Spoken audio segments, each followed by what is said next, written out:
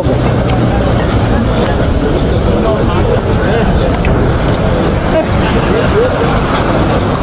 Hapa kuna accident. Unajua hizi excitement za mapolisi gari kiduni. So unakaanga tu nyuma yao. Mimi nyuma yao always. Na wakijaribu kukufukuza usikimbie.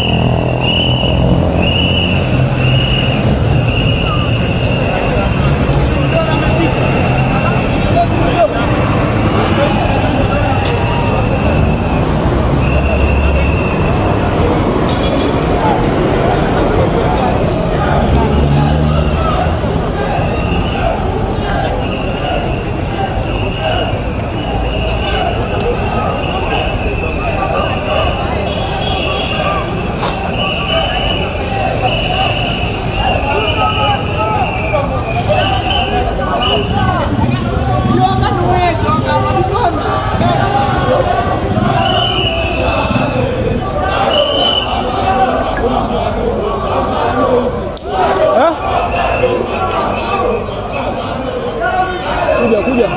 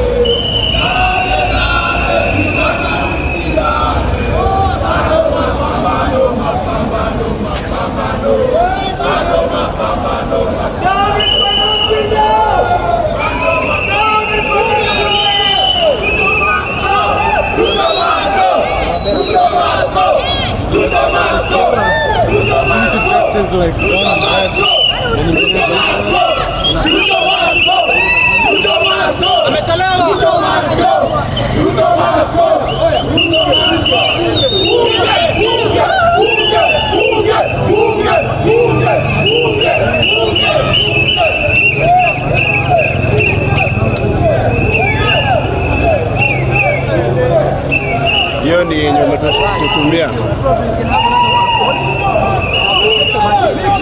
Why should you fire live arms to unarmed people?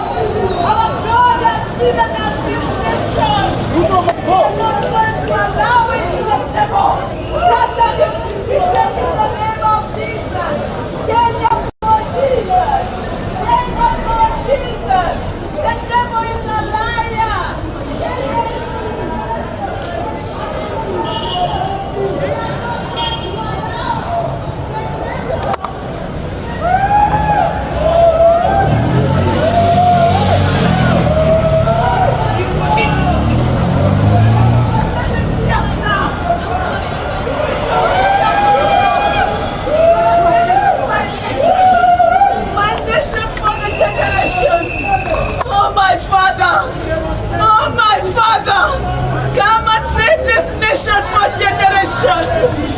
Come and save this nation for generations. I refuse the devil to destroy this nation.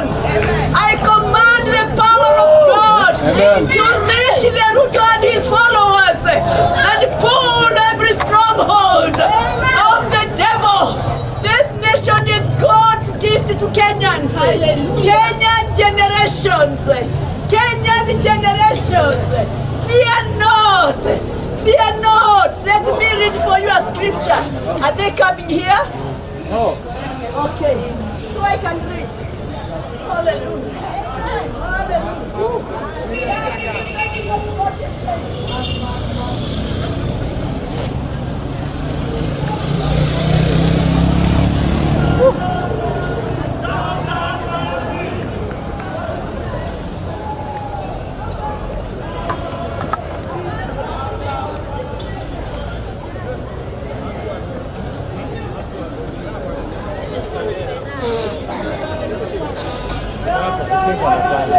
Ameka.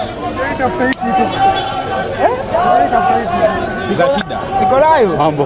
Kwa sawa. Zoea tu. Inside. Aje. Maska inside. Ona vile unalia sasa. Kinga lunch yako. Sasa una kitu mbele yani. Ana kitu wapi?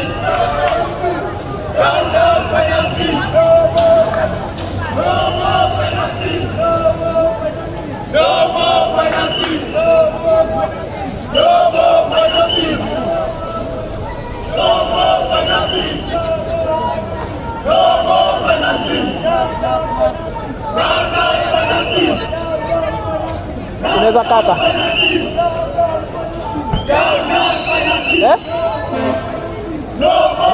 So sasa unaweza kata, so nataka kudislodge nitoke hapa, kuna action imeisha. Haya.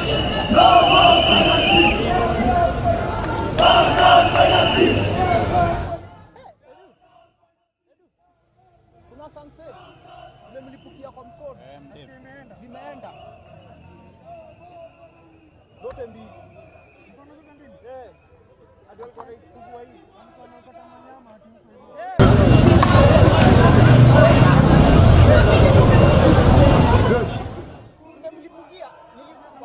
Nilikuwa katikati wako huku na mimi niko sawa katika hepo kwa polisi hivi. Nafika tu hapa na inamlipukia hapo kwa mkono. Imeenda yote. Mikono gone. Gone. Zote. Vidole unaziona tu hapo. After which the chair of the Finance Committee announced some amendments to the Draconian Finance Bill 2024-2025. From the outset, it is important to note that the process of development of the Finance Bill has happened exclusively under the remote control of the President, to the exclusion of members of Parliament from the opposition, concluding in today's PR exercise at State House that comes. The Finance Bill is purely their baby. Of Parliament to still vote no, vote against the draconian, the oppressive finance bill that has caused untold sorrows in the lives of Kenyans. In our education sector, we want education to be made free. We want free education at the high school level. We want free education at the university level. And we also want free health care. We want health to be made free because Kenyans are suffering. It is not just about creating a problem and then having a solution. You have to mention the residents. About that, we are still getting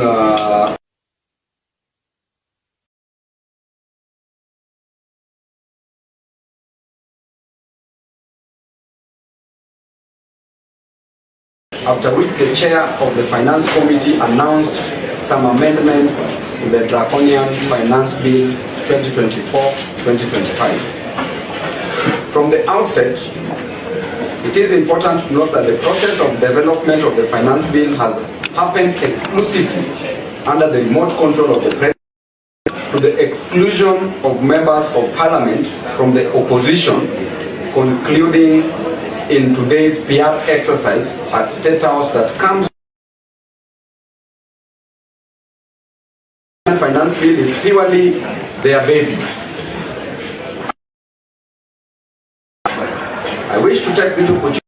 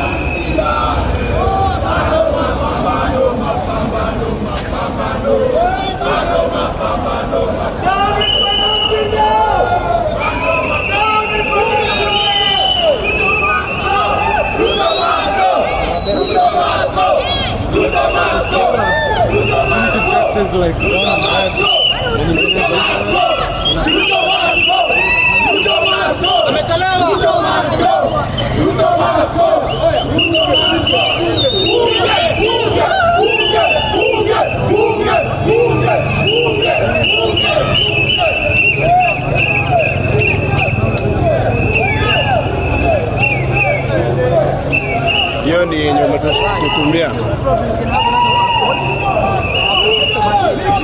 Why should you fire live arms to unarmed people?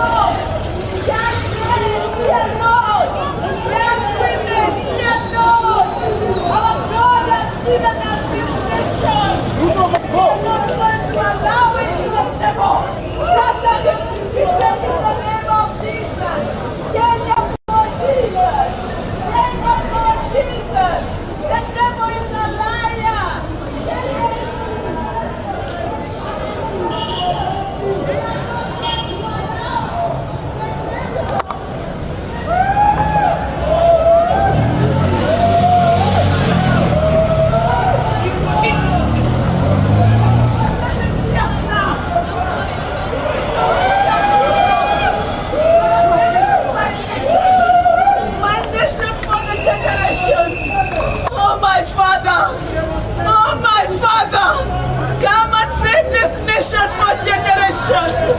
Come and save this nation for generations. I refuse the devil to destroy this nation. I command the power of God to reach the Ruto and his followers and pull every stronghold of the devil. This nation is God's gift to Kenyans. Kenyan generations. Kenyan generations. Fear not. Fear not. Let me read for you a scripture. Are they coming here? No. Okay. So I can read. Hallelujah.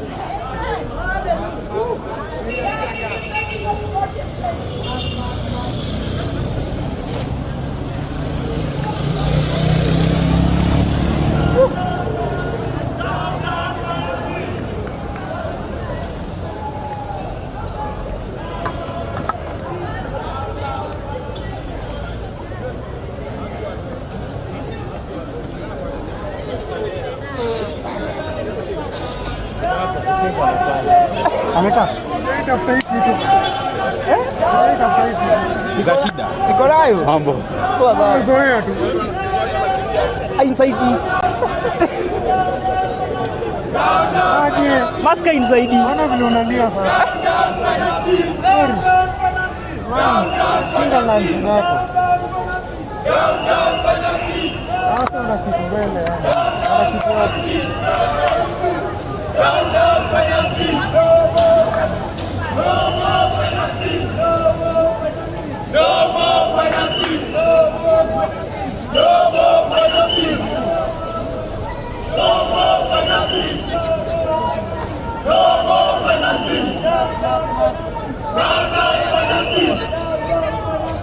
Unaweza kata.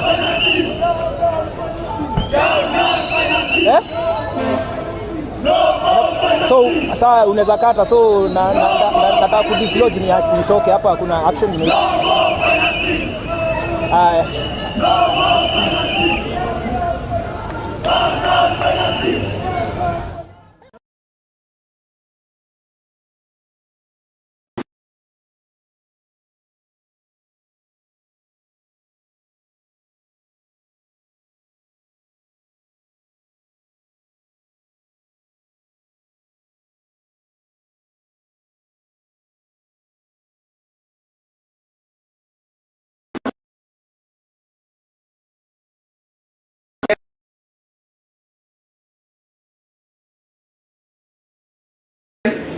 We are importing all these commodities. The fact that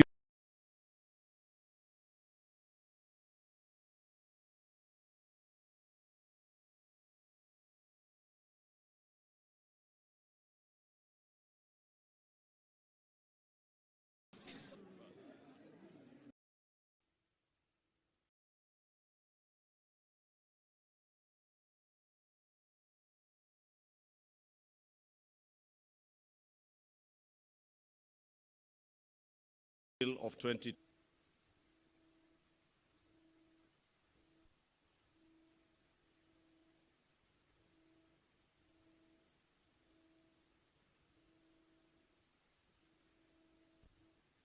about introduction of excess duty on motorcycles.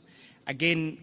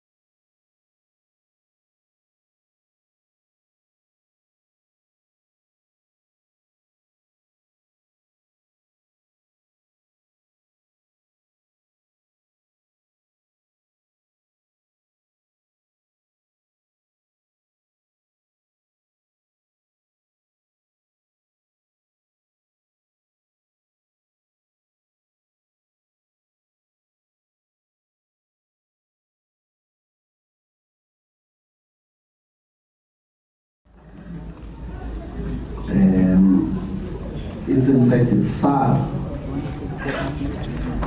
And SAR led by Colin Makubela. We have the TG of AADP, Donald Mukari. We have a member of the National Executive Committee of African Transformation Movement, Nati Kuseri. We have A4MC, Comrade Hassan. We have Saka. We have Arise South Africa, represented by Comrade Tagada. We have Shiluba, PCM, and Comrade Kosana, and two representatives from the ACC, Comrade Bolane and Comrade Tembagazi, Stone. We also have representation from the Sun Party.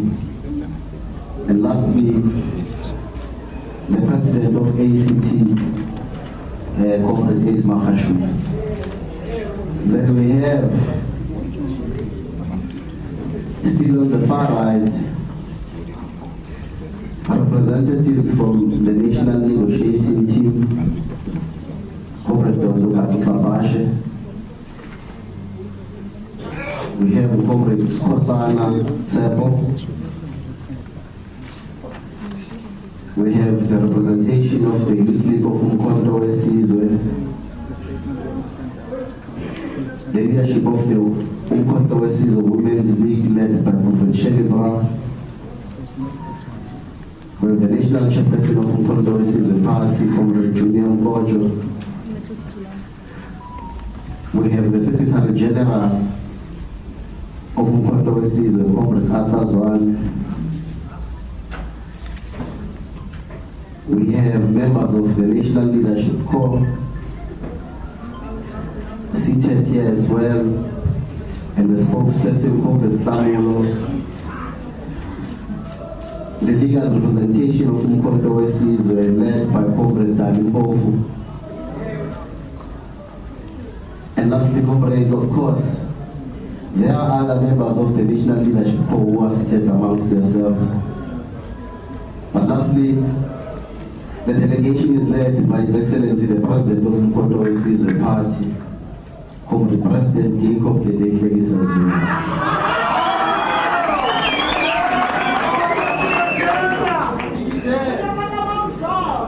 At this stage, we will request that we all rise and take our hats off and observe a moment of silence for our fallen comrades, but also the passing of the chairperson of Jacob Gedehlegisa Zuma Foundation, the late Comrade Tudumien. May we all rise and observe a moment of silence.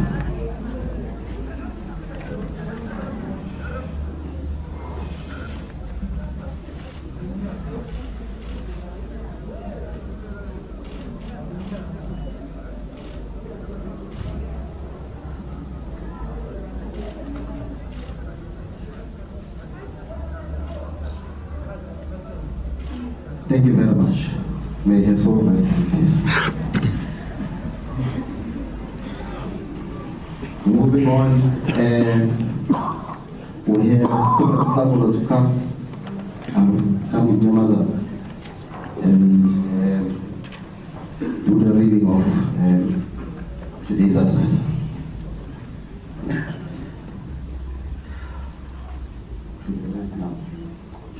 There's a special request that we read a message issued by Umkhonto weSizwe Women's League in honor of the memory and the life of our fallen compatriot and leader, Comrade Tudumien. Umkhonto weSizwe Women's League notes with a heavy heart the untimely passing of the chairperson of Jacob Zuma Foundation, Comrade Tudumien.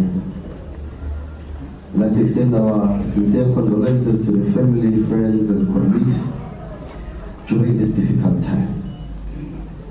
Ms. Mieri will be remembered for the lives she touched and changed through her work at the JGZ Foundation. She will be remembered for a fearless voice and steadfast towards the transformation of all sectors of our economy. May the family find healing and comfort during this period of mourning. Lala Matolo, Ndolomba, Muzugasi, Mbunuwasenla, Wena Waseningisi, issued by the leadership of the Women's League. Yamazat, it is indeed time you read today's statement, and this is how we are going to proceed with the business of the day. Subsequent to the reading of the statement, our legal rep will also give a background of our legal remedies. Then we can have the Q&A, respond to that, then we'll close our meeting. Thank you very much.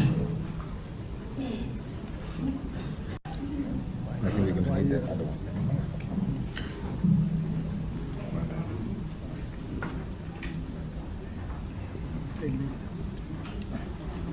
Can we have that one as well, so they can hear?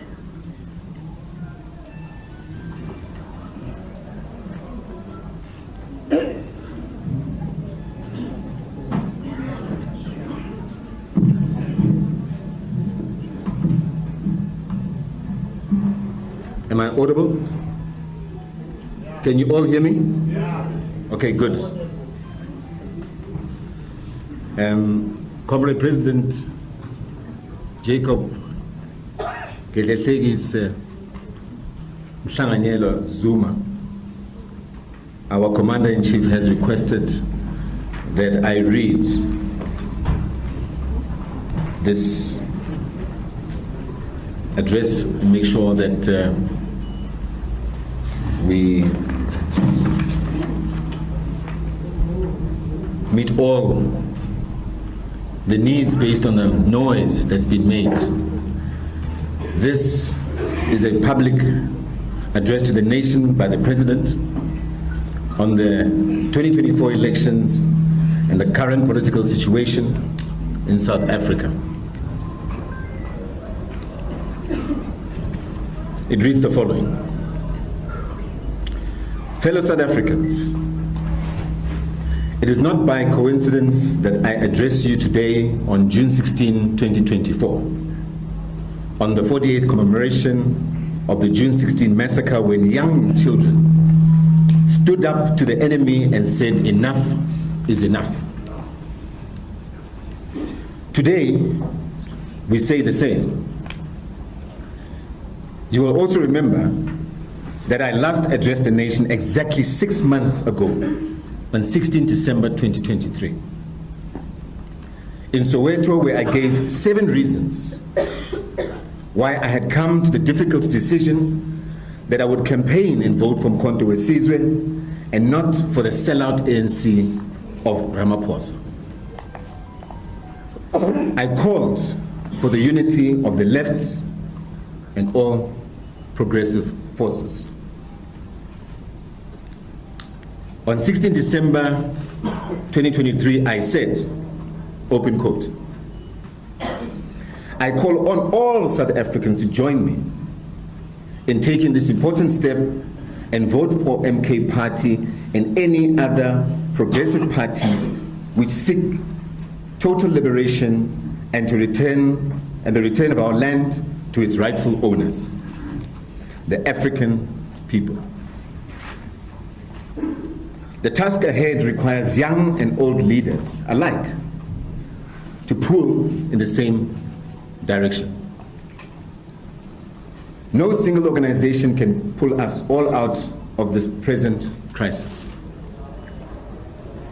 We require the same spirit which saw us defeat the monster of apartheid.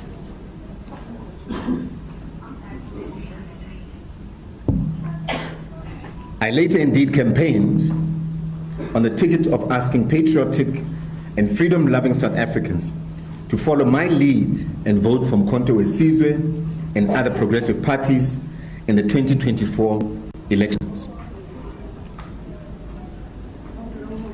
Before anything else, let me take this opportunity to thank all of the more than 4 million South Africans who voted for Mkhonto Wesizwe and all progressive forces who are fighting for the return of our land. Siyabonga, Realeboga. He can say, Baie dankie. As we speak,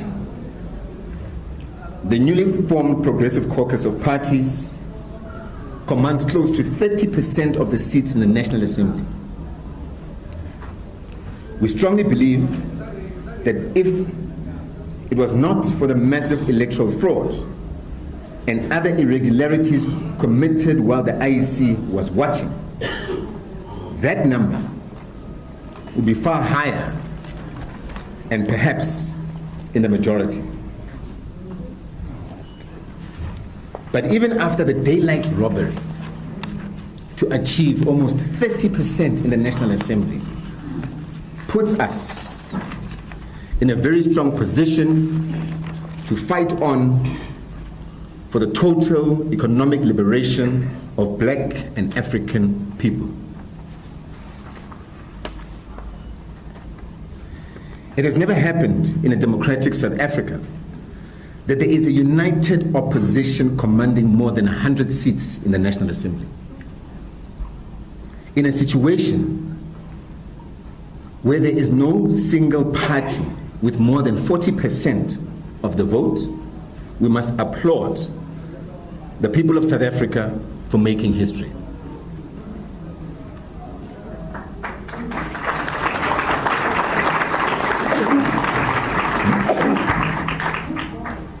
Because of you people of South Africa, this country will never be the same.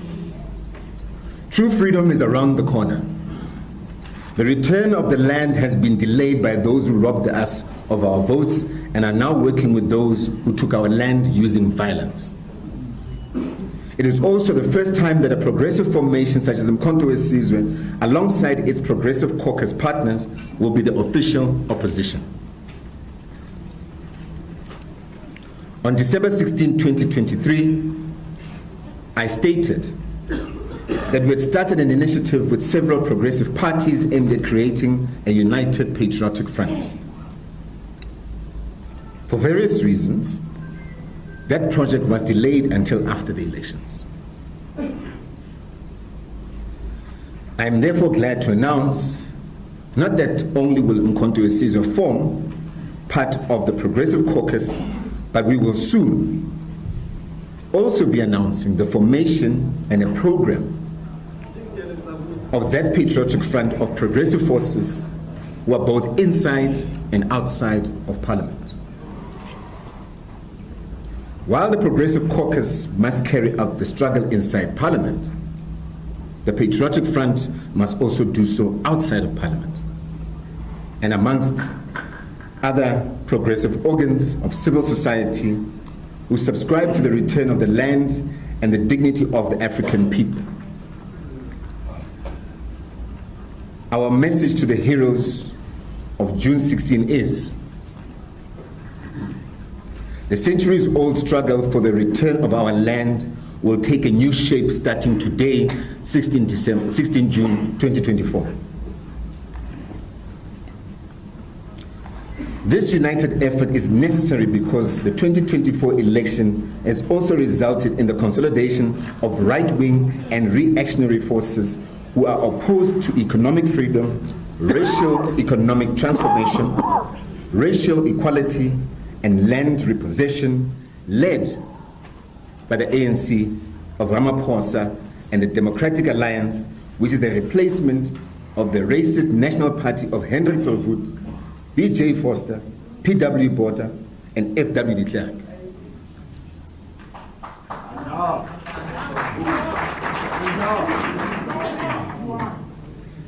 Their regimes could not hold could not have lasted even one day without black collaborators such as Ramaphosa. Today, all of those sellout forces have been replaced by the ANC of Ramaphosa, which has taken us back to 1948. Fortunately, millions and millions of our people have realized that the road to freedom starts with the removal of the ANC of Ramaphosa. They did so either by voting for the progressive parties or by refusing to vote at all. All we need to do is to convince the last 6 million people who have not yet realized that voting for the ANC of Ramaphosa is to invite racism, inequality, hunger, landlessness, and poverty back into the lives of Africans. For the record, Mkhonto Wesizwe is of the strong view that the 2024 elections were rigged and that the results announced by the IEC are not a true reflection of the will of the people. Before and after results, we have presented concrete evidence to the IEC showing widespread irregularities in the voting process and the voting system. It has all fallen on deaf ears. We've also tried all peaceful means to address our grievances, but all in vain.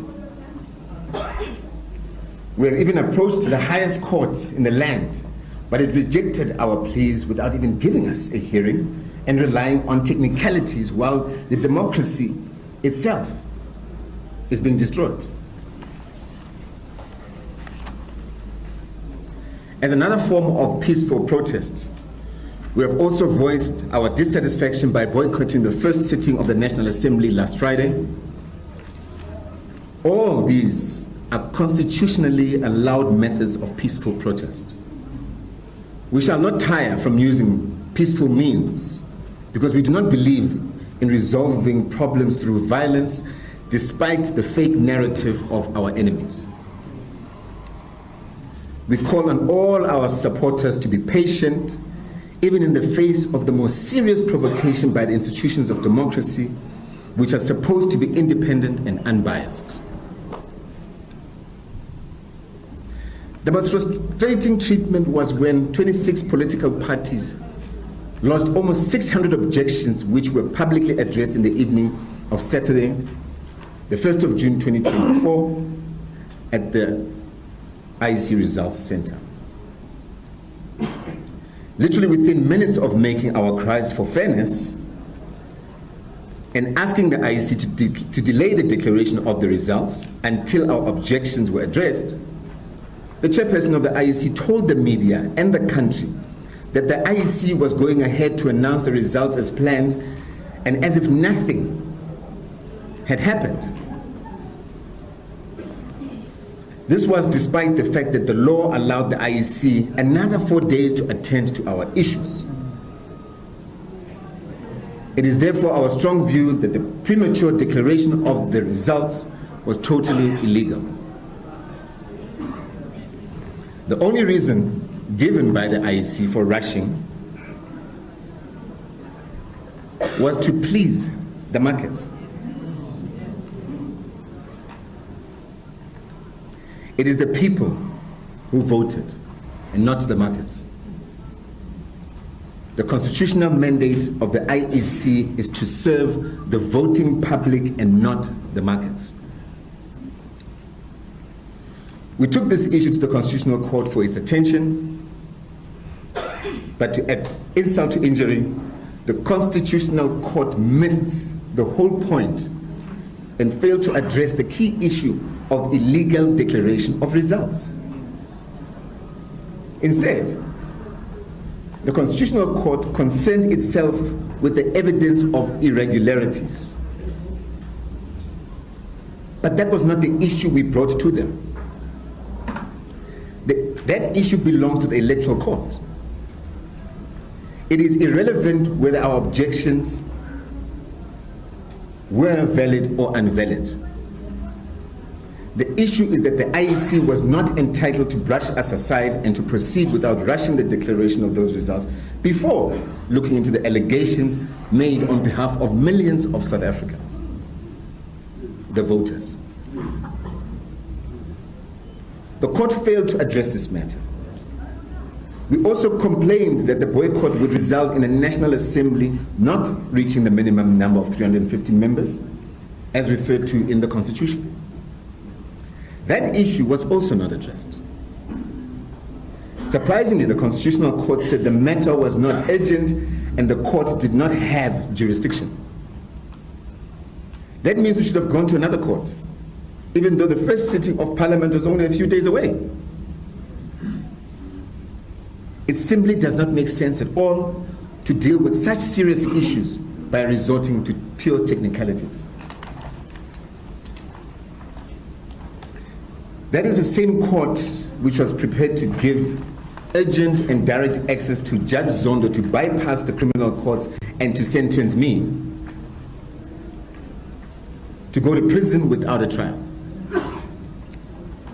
Now the same court is not prepared to give direct access to test whether the IEC acted wrongly in rushing the declaration of those election results and possibly having an illegal government for the next 5 years. That can never be called justice. Justice for Zuma should be the same justice as justice for all.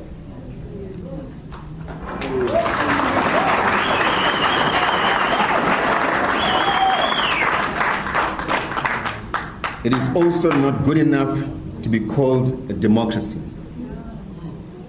It can only be called a dictatorship of the ruling party and its institutions.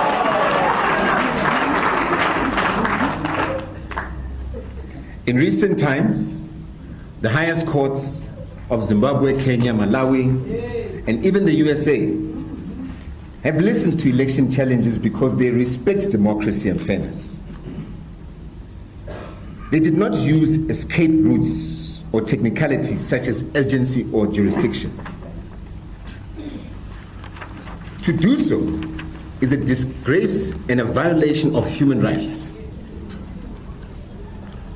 So much for the so-called best institution in the world. Best constitution in the world. It cannot be the best if it has eyes to choose who does not deserve justice. Such a legal system must be changed as soon as possible. It may be suitable to Roman and Dutch people, but for us as Africans, but not for us as Africans. We must do away with Roman Dutch law.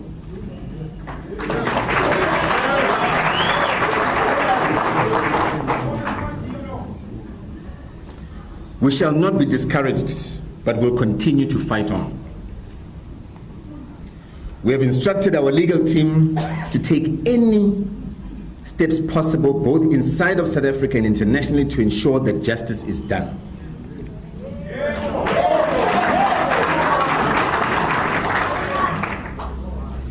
We cannot allow a situation where millions of votes have been stolen. The legal team will report on the possible avenues which are available. We are always expected. Why are we always expected? Why are we always expected to accept what is clearly unacceptable? We say, enough is enough.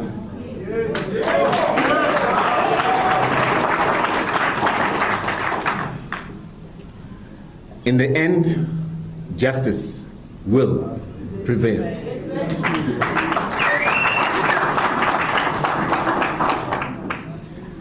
We have already waited for almost 400 years for our freedom.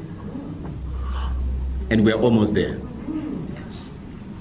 We call on our people to demand to know what happened to their votes. They have the right to know. We will therefore, at the right time, call on our people to demonstrate their dissatisfaction against all these injustices peacefully, in the streets, in the courts, and even in Parliament until our grievances have been addressed.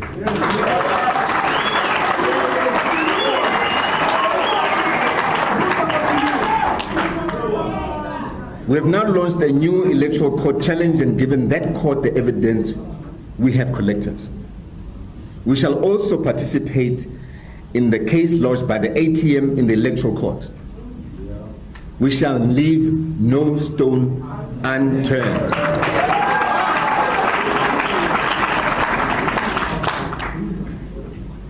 Regarding the current political situation, we need to educate our people that there is no government.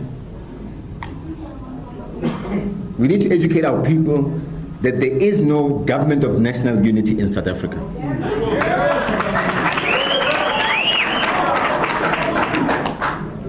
There is a white-led unholy alliance between the DA and the ANC of Ramaphosa.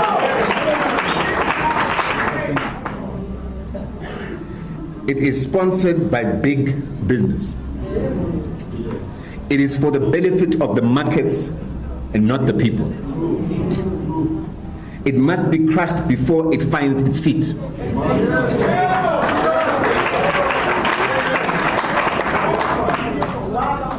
The media is also selling the story of a government of national unity when they know that there is no such thing. I know because I was part of the leadership which introduced a GNU in 1994. We have asked our lawyers to write a letter of demand to the SABC to stop deliberately misleading South Africans by using terms like government of national unity or government of provincial unity to refer to present sellout coalitions.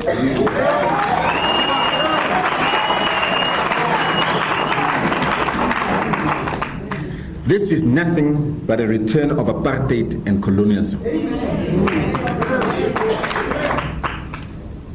We know that the private media has to serve its masters,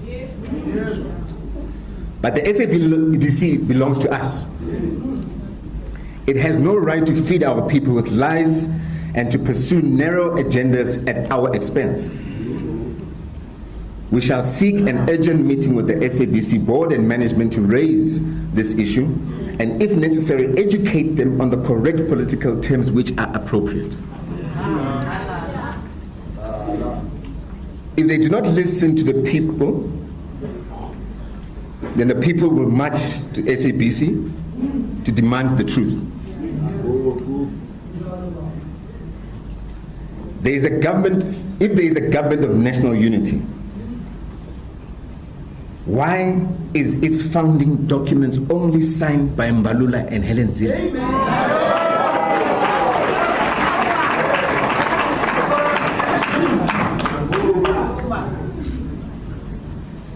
Let it be clear to all our people that at 40%, the ANC of Ramaphosa had a choice to listen to the people and team up with those fighting for the total liberation of our people and the return of the land, or team up with those who stand for racism, white supremacy, backwardness, land theft, Zionism, and other ends. They chose to go to bed with the racists. By doing so, the ANC of Ramaphosa has defined itself outside progressive forces of change. It has defined itself against the majority of the oppressed. The ANC of Ramaphosa must be treated as part of the problem and no longer as part of the solution.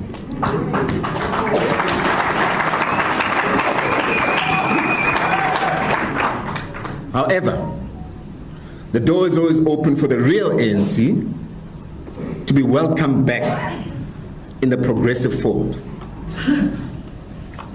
I think I need to repeat this so it's clear.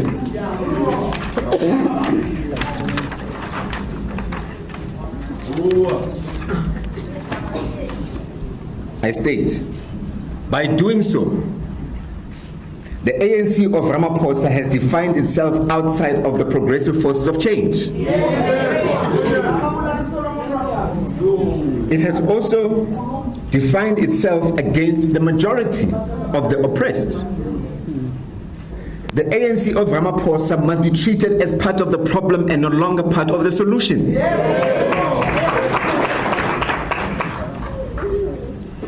We also want to dispel the DA-ANC propaganda that the MK party is part of those that are against the Constitution. In everything we do, we follow the Constitution. However, we believe that the Constitution must be amended to allow for the return of land and to give a much bigger role to Parliament, which is made up of democratically elected representatives of the people rather than unelected judges. Section 44 of the Constitution gives the National Assembly unlimited power to amend the Constitution. Parliamentary sovereignty, which is practiced in the many democratic countries, is a normal prevalent form of government.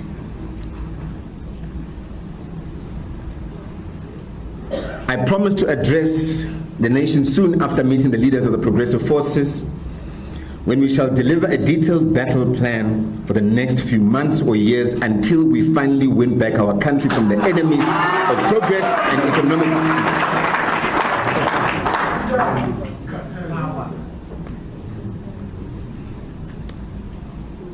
Let me start and repeat that because it's very important. It says and states, I promise to address the nation soon after the meeting with the leaders of the progressive forces when we shall deliver a detailed battle plan for the next few months or years until we finally win back our country from the enemies of progress and economic freedom with the new apartheid regime of Steenhuisen and all his black sellout puppets led by Cyril Ramaphosa.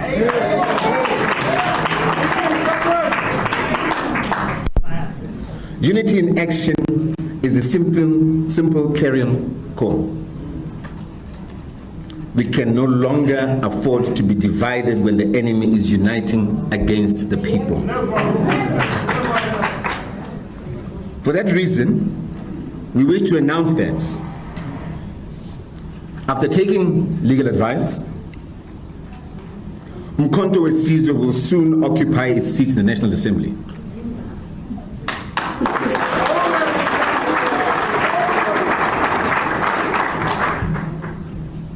We shall continue to raise the issue of the rigged elections even inside the House, while at the same time we shall intensify the court actions and other constitutional methods outside. The protest will continue in other forms. There are many battles ahead, including a total overhaul of the currently biased voting system itself and the biased IEC.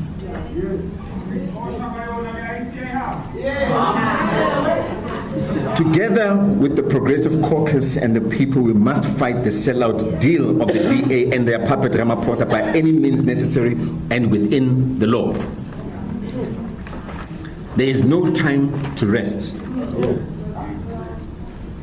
Those of us, in the form of President Zuma, who are still members of the ANC, will continue in any space until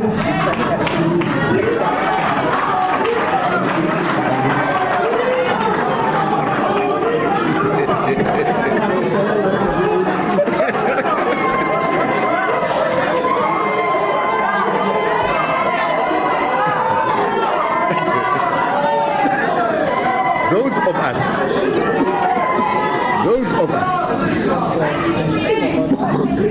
order comrades, those of us who are still members, and I say those of us meaning President Zuma, While still members of the ANC will continue to use any space still available inside the ANC to expose the agents of white monopoly capital who want to take our country back to apartheid. They will be defeated.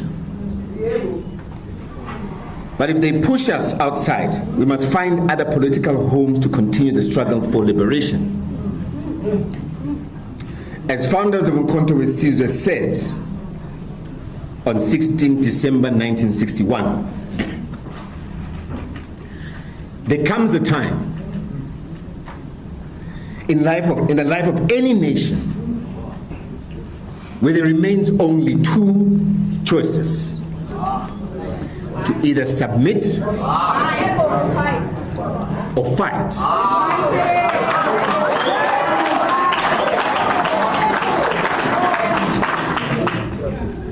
I need to repeat that. There comes a time in the life of any nation where there remains only two choices. You either submit or you fight.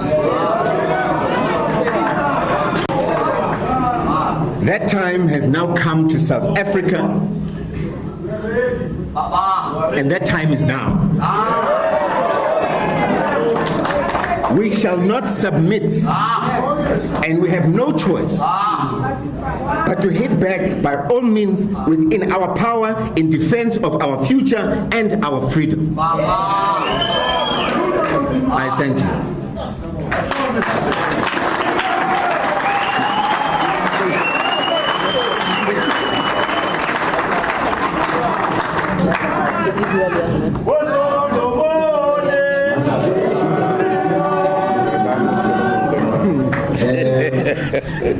Let me allow the legal team to give an input on our legal process.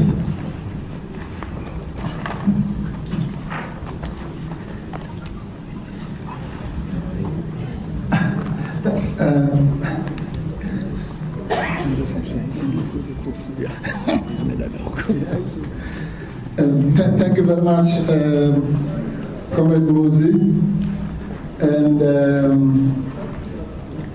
Comrade Klamulo. Unfortunately, mine is a legal one. It's not as revolutionary as Comrade Klamulo.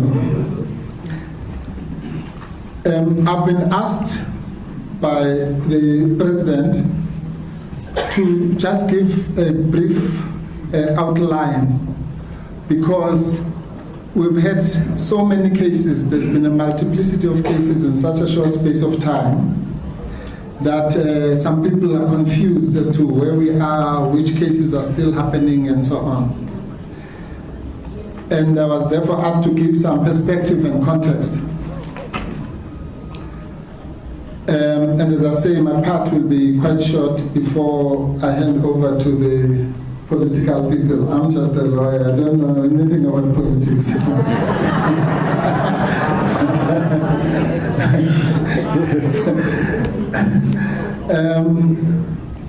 Now, and on a serious note, I've been given permission by the Pan-African Bar Association of South Africa, that I'm a part of, as previously, to participate only in my professional capacity.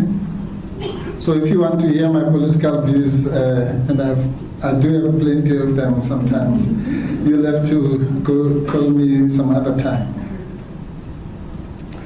So the MK party has been involved in what I call an unprecedented 11 cases in the space of about 3 months. I don't think there's any organization that has ever been to court so many times in such a short of space of time. In short, as you might know, from the 19th of March we were in Bloemfontein in the electoral court, where we had been taken by the ANC to deregister the party. They failed. On the 27th of March, the ANC also took us to the Durban High Court to fight over the logo and the trademark, they failed.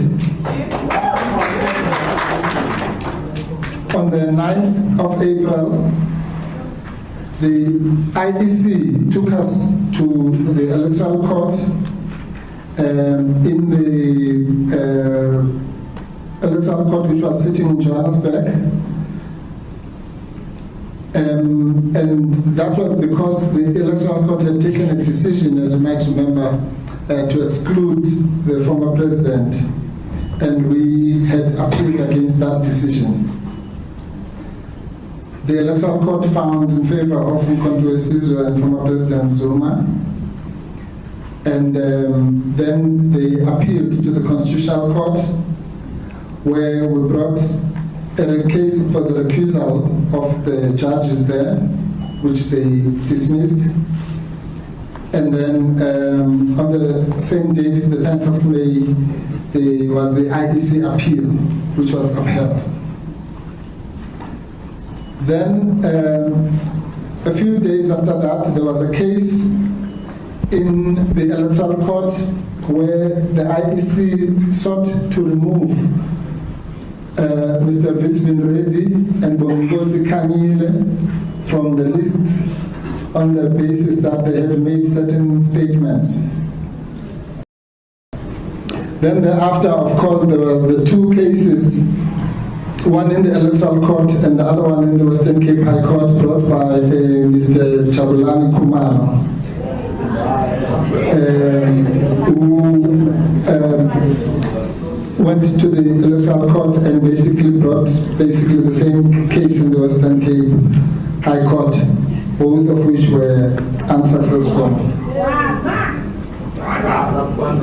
Then in June, we took the matter of, that was referred to by Comrade Tlamulo, which was the matter of the irregularities in the electoral results, as well as the composition of the National Assembly, to the Constitutional Court, which last week was dismissed on the basis that the court had no jurisdiction and it was not urgent, but the court then went on to deal with the merits. And currently there is an electoral court matter that Comrade Tlamulo referred to, and then also there's the electoral court case of the ATM in which the MK party is cited. So that is those are the 11 different cases. The second point I wanted to make is that Mkhonto Sizwe has done so well in that it was successful. It had a 100% success rate in all those cases, except those that were in the Constitutional Court, which dismissed both of Mkhonto Sizwe's applications, as well as, I suppose, the recusal application.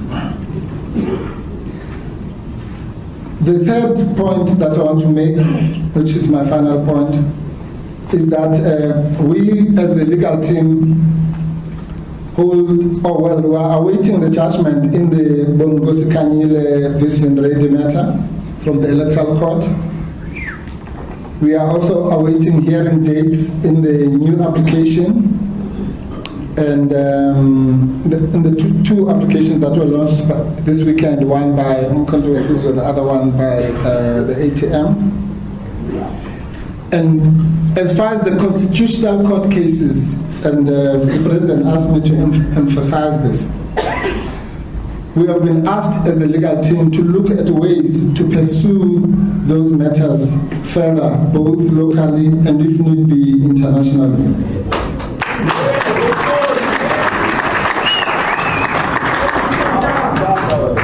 The legal team will give a comprehensive advice to the clients, and the matters that are involved in that legal advice of the pursuance of these matters, both locally or internationally, pertain to two important matters. One of them was is the setting aside of the election as a whole, and which, if successful, will therefore be followed by a re-election within 90 days.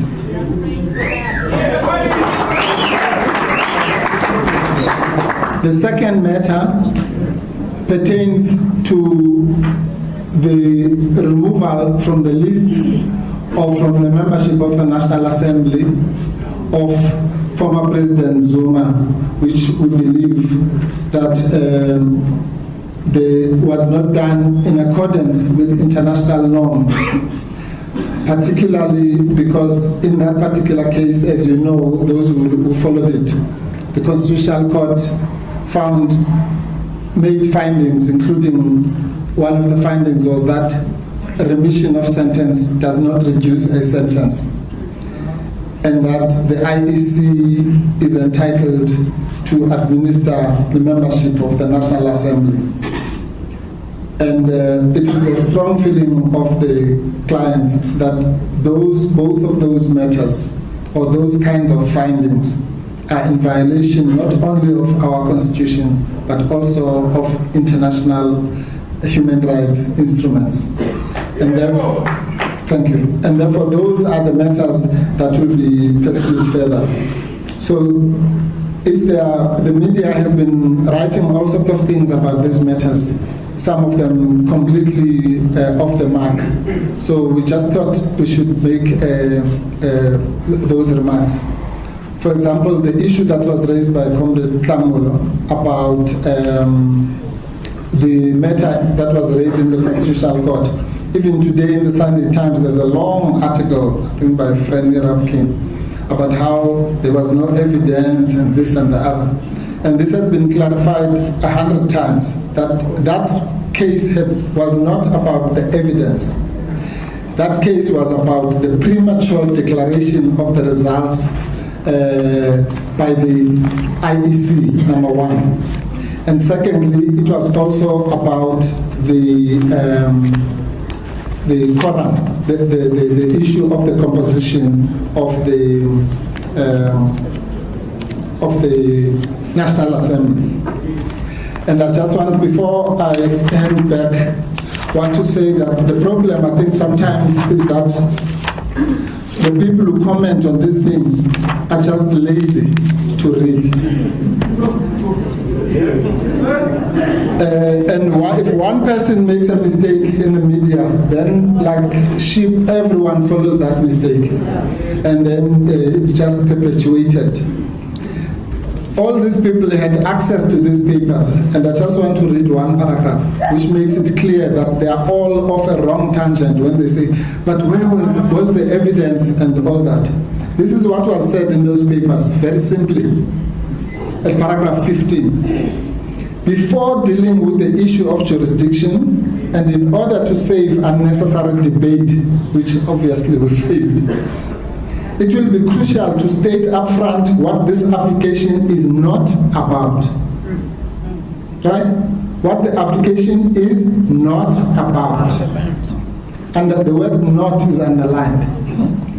I say this application is not about reviewing or appealing the IEC's dismissals of the objections of vote rigging, incompetence, and the like, or any cause of action which falls under Section 20 of the Electoral Commissions Act of 1996. The group of parties aggrieved by those decisions who are here have reportedly taken or intend to take whatever legal steps are open to them in that regard. The applicant also intends to present whatever new evidence it has gathered in that respect to the IEC in the form of objections. Those issues are referred to here in merely for historical context. What this application is about is the separate issues of declaring, in terms of Section 172 of the Constitution, certain conduct of the IEC, that is the rushed declaration of results, to be unconstitutional, setting such conduct aside as just and equitable remedies and giving a proper interpretation to Section 46 of the Constitution. That's the one that deals with the composition. So anybody who wants to be asking all this, well, why was there no evidence in the application and all that, must just read paragraph 15 of the application. Thank you very much.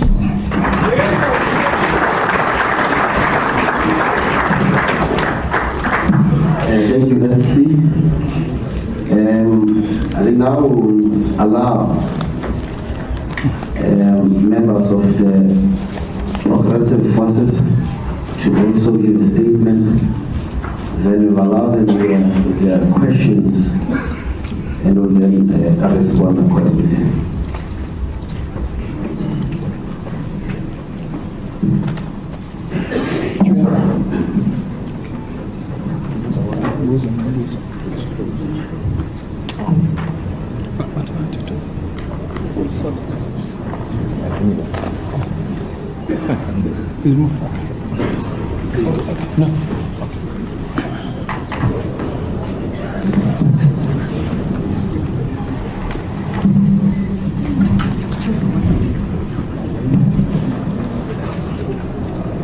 My greetings to the members of the media here.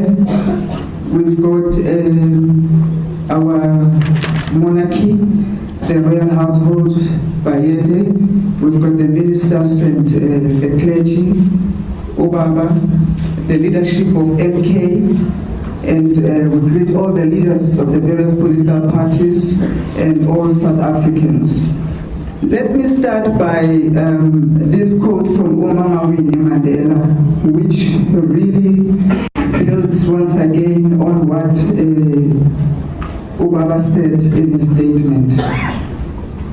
And I quote, open quote, "It is only when all black groups join hands and speak with one voice that we shall be a bargaining force which will decide its own destiny." I close quote.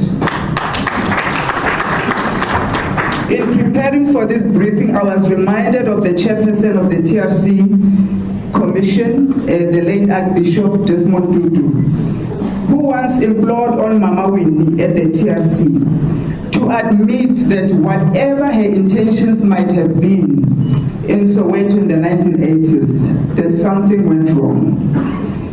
Mama Winnie responded in a candor and fearless manner as always, and she agreed that indeed things went horribly wrong. Today is a somber moment in our history, truly defining moment for this nation. In the same light, we want to implore on the ruling party, on the ANC, to admit that whatever their intentions were for the 2024 elections and the so-called government of national unity, they must admit to this truth, this reality, that things went horribly wrong. Things went horribly wrong for the majority of the black people, for the black child, for those black government employees that are now classified as catered employees because the X is on their neck. Things went horribly wrong for the politicians whose prison doors are open awaiting them because of this arranged marriage. Many South Africans thought we were having a great new start in the 2024 elections. It was buzzing. We came up with new political parties. Young people were hopeful, saying 2024 is our 1994. And yes, we all agreed that there were fundamental changes that needed to be made in our society, administrative and legislative systems that needed to be changed to address the issues of poverty, unemployment, inequalities, and governance. But little did we know that 2024 is the DA's 1994. We watched with horror on the eve of the first sitting of the 7th administration an interview with the so-called DA veteran Douglas Gibson and our veteran Baba Matthews Posa. That was supposed to have been the bachelor's party of this arranged marriage between the DA and the ANC. And it was so sad to watch Gibson on TV jeering and mocking at Baba Matthew Posa and the ANC, patronizing him. And he was so docile, with cap in the hand. He could not even respond or call the men to order. All he could say was that by this time tomorrow, Cyril Ramaphosa will be president of South Africa. That was a moment of awakening for me, because it was at that moment that we realized that the material conditions of poverty, despair, degeneration of our people has been sacrificed at the altar of positions. Just like in 1994, the focus was on who is going to be president at all cost. While we lost our land, we lost the economy, we lost the mines, we lost the ports. Indeed, once again, we have lost our country. Once again, the heritage and inheritance of the black child was sold for a bowl of soup. Positions without power, a throne whose power is borrowed from the markets. It reminded me of 2022, after much oppression and marginalization of our people in the metros. A group of us minority parties, we came together and said we are leaving the DA multi-party. I was leading that multi-party. It was the very same DA who labeled us as delinquent, as corrupt, and we became enemies. I was enemy number one of Helen Zille. She's still suing me even today. We're shocked that today they are singing the praises of ANC. They are the one leading the charge to give the baton of government to the ANC. They forgot that we were stripped naked, investigated. We were ostracized for going back to give power to the ANC in the city of Johannesburg. But believe me, it's only a matter of time. As Baba's statement has said, let's watch and see. It's only a matter of time that arranged marriage is going to come crumbling down. I'm inspired again by an Afrikaner woman, Susan Smith, and I'm calling on all progressive forces to pick this spirit.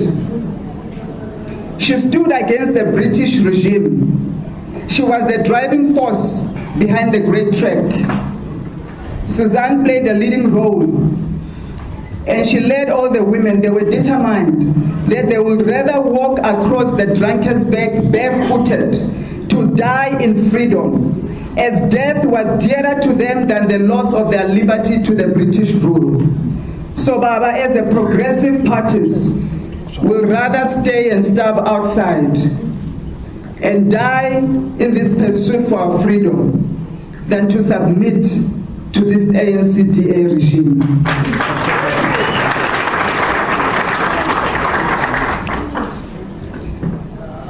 It was Her Excellency Golda Meir in 1973 when she was Prime Minister, and in her reflection in the book that she wrote, My Life, she said, I regretted the decision not to take preemptive measures when war seemed imminent.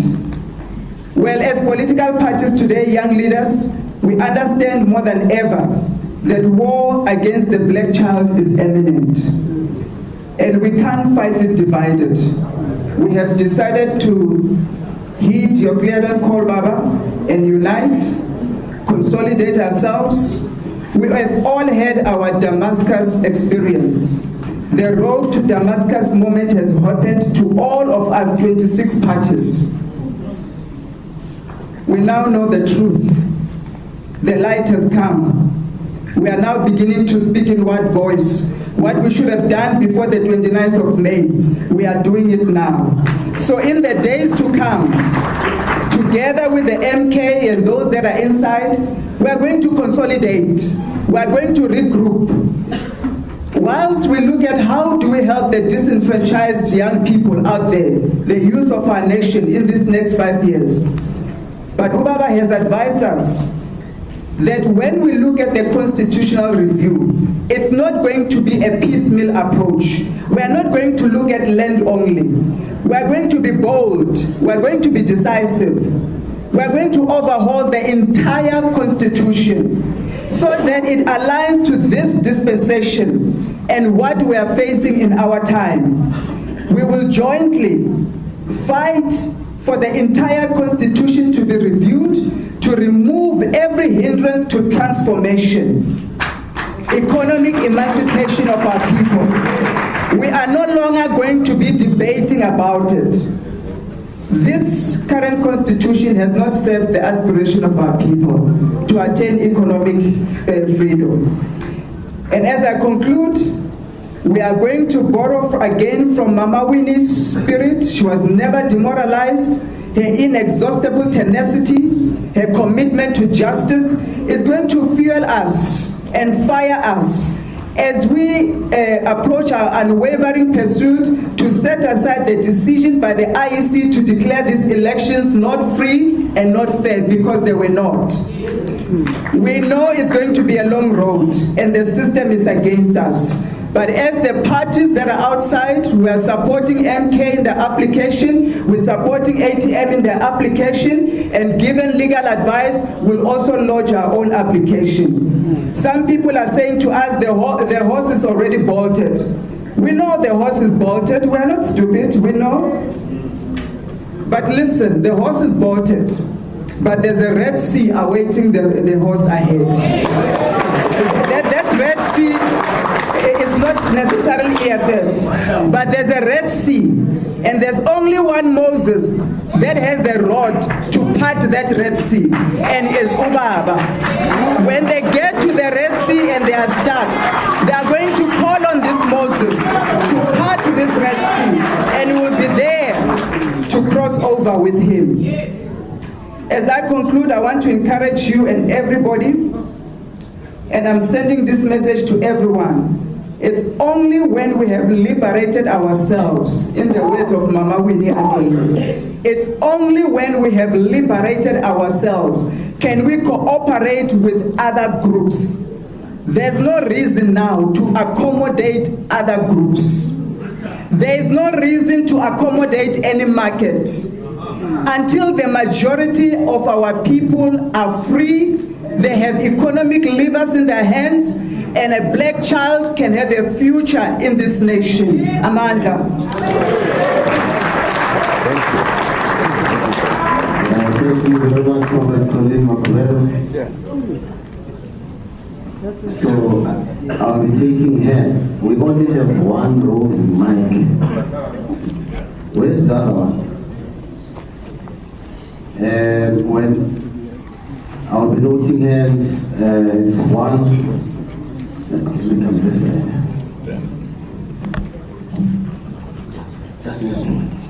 It's one, a gentleman, 2, 3, and 4. But do introduce yourself and the media house you represent. Yes, the mic. 4, 5, 6, 26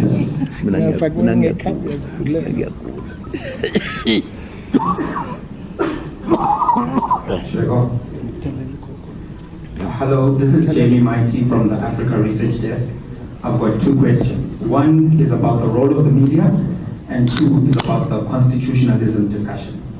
On the role of the media, I think that I would like to get some reflection from the MK party about the non-airing of the interview by ENCA at the time close to the election.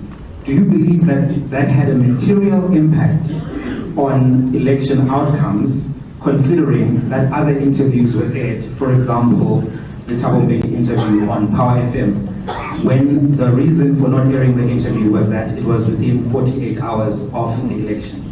More broadly, do you think that the conduct of the media in this election has been preferential to certain political parties and personalities? And finally, if it has been, how does that get addressed? So that's the first question. The second question is from a legal perspective. The Harris cases are used to demonstrate why a parliamentary sovereignty is dangerous in a democracy. And the argument that has been made in the statement is that you want to have, as part of your reforms, parliamentary sovereignty over the Constitution.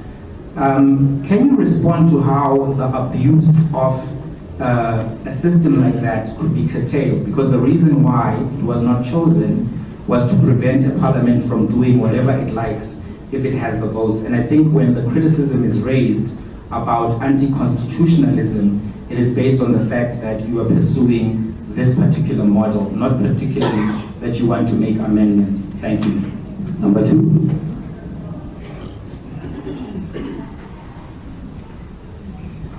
Good day, my name is Tando Maiko. I'm from the Business Day. The MK is disputing the outcomes of the May general election, but we do know that it had previously tried to engage in coalition talks with other political parties, such as the IFP in KwaZulu-Natal. To me, it seems like a contradiction. One time you are disputing the outcomes, but also trying to participate in coalition talks. Please explain that to me. And then when will the 58 members of the MK be sworn in Parliament? Thank you. Okay, thank you. Sambona, my name is Timmy Lezelo of Bloomberg News. Just in recent days, the Secretary General of the ANC has said that the door remains open and they wish to continue engagements with the MKP. You've also noted in the statement that the door was always open for the real ANC. Do you have any plans to engage the leadership of the ANC in coming days? And perhaps under what conditions would such an engagement take place? Thank you very much. Thank you. Samkele Masego from the SABC. Mr. Former President, in essence, on your question of taking all legal avenues available, even internationally, what are some of the international legal avenues you are looking at taking, particularly when it comes to challenging this particular election? Secondly, on the matters of your political home, the ANC, it was alluded to and alleged by Secretary General William Balula that they tried to get a hold of you. They've not been able to get a hold of you for the particular negotiations on the coalitions. Is that a true reflection of what truly happened, or were they simply lying? Then lastly, what truly happened with the negotiations with the Inkatha Freedom Party in KwaZulu-Natal? The person that says the meeting was set up, the team of the MK party was late by 2 hours.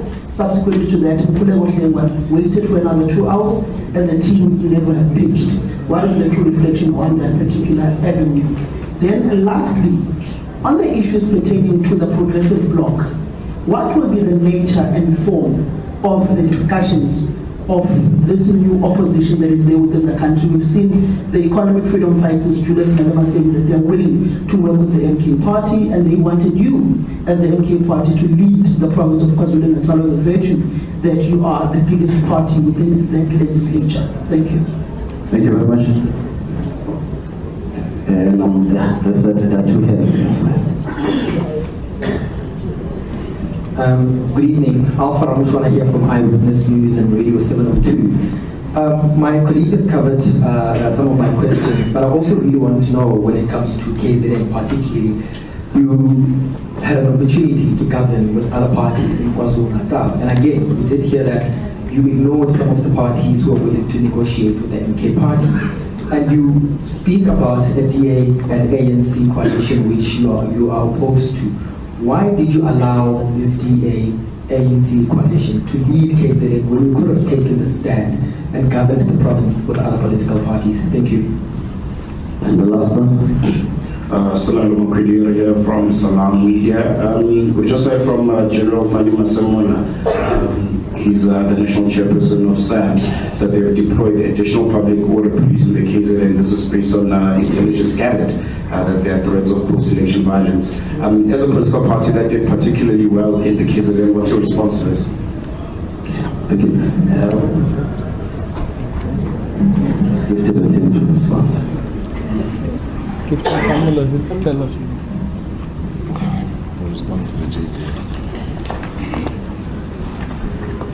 Let me start with the first question regarding the interview with JJ and the NCA.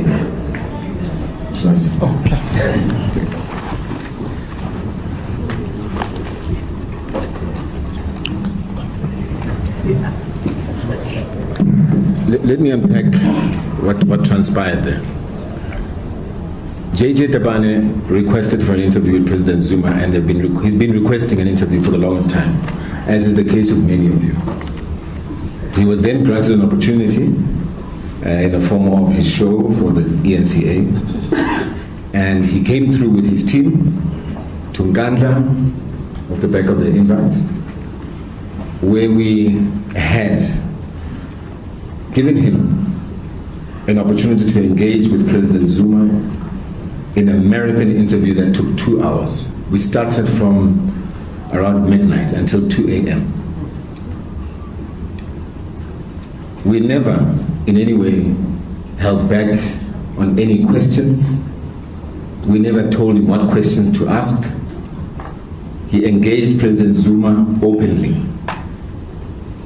And President Zuma responded to every single question. The problem, and what is interesting, is that in actual fact, it was before 12 o'clock, President, if I recall. Because at 12, they were going to go off live. So we were trying to get the interview done live. JJ Tabane contacted the team in the form of the senior leaders within ENCA for a live. They refused a live. Instead, they wanted it to be pre-recorded. We then agreed, it's fine, we'll go ahead with the pre-record. Take into consideration that it will be aired on JJ Tabane's show on the Monday. Did it happen on Monday morning? On the Monday evening show? No. So, we know that the MD, Norman, of ENCA, and maybe the ENCA team here can tell us when our interview is going to be aired. But Norman, we know, has got a very close relationship with the likes of Kumbuzo Nchabe and Cyril Ramaphosa. We know that. So if you want your answer in terms of why there is censorship in this ENCA, that is the reason why. ENCA took me live, but you'll never see that interview that I did live in the media or in social media. Why? Because I was speaking about the IEC. So the issue of censorship, and we know that at times in most cases it's not the reporter's problems or issue to cover certain things. You are censored yourself, we know, by your bosses, what you must ask, what you can't ask. And that must come to an end.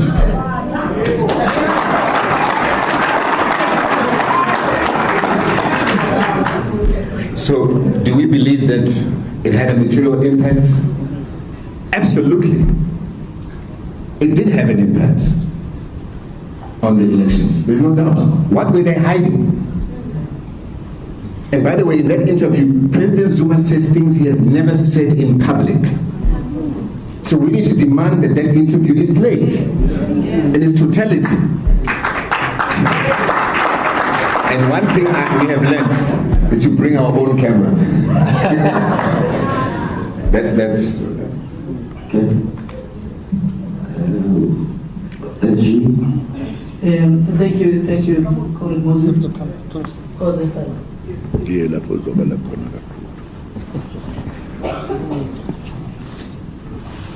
Musical chairs.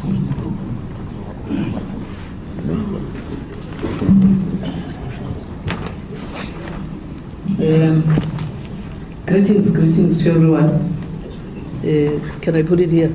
Yeah. Sure. I think there are quite a number of questions, but must I hold this one? Yeah. Oh, okay. As equal as the Newcastle. Now there are a few questions that I need to answer in relation to issues of the IFP engagements. But also there's another one in relation to why contradiction. Why do you want to object to the elections but equally wants to lead the negotiations and ultimately KZN government?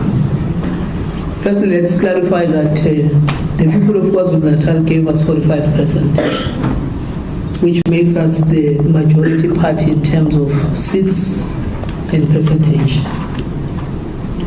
The next party that followed us, it's only 18%.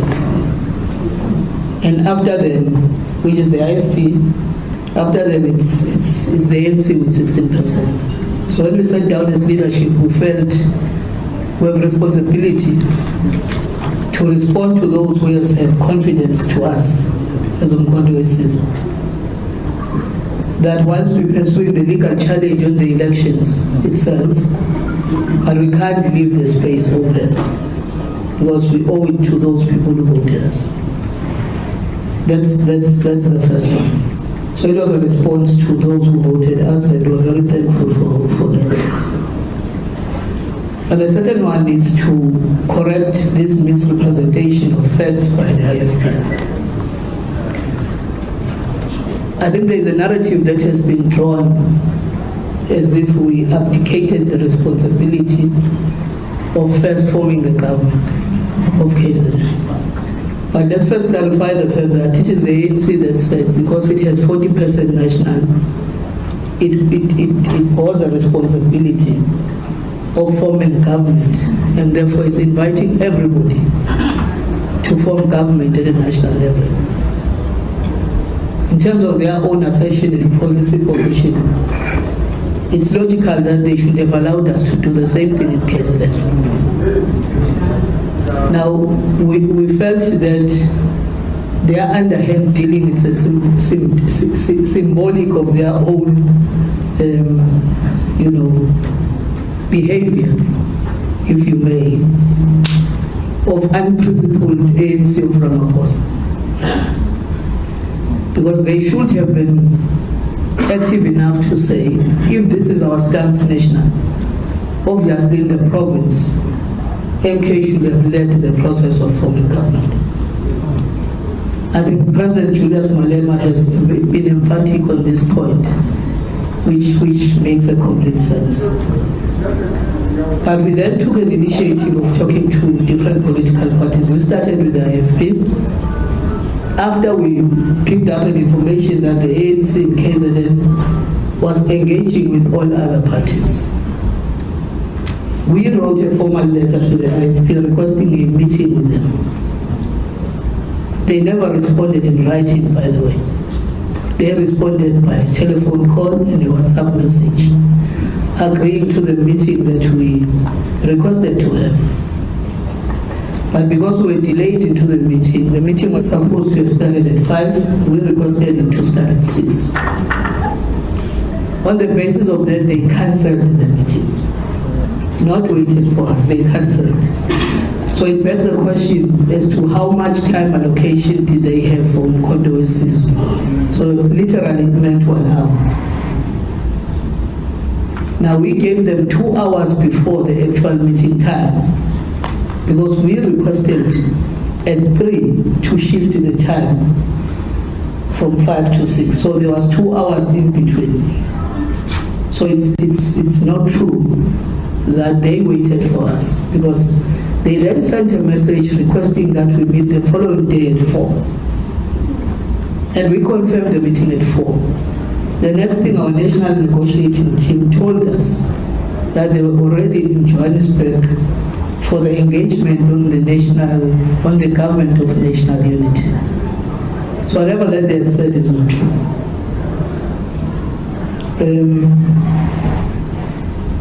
But nonetheless, we continue to, I'm sure the question that will be a follow-up on that will be the NFP one. Maybe let's just answer that equally so that you don't follow that up.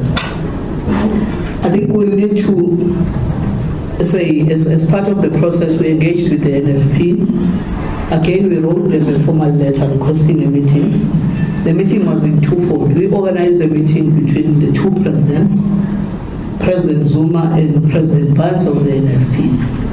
The reason for that approach was that NFP and President Zuma had historical relationship with the former president and the late president of the NFP,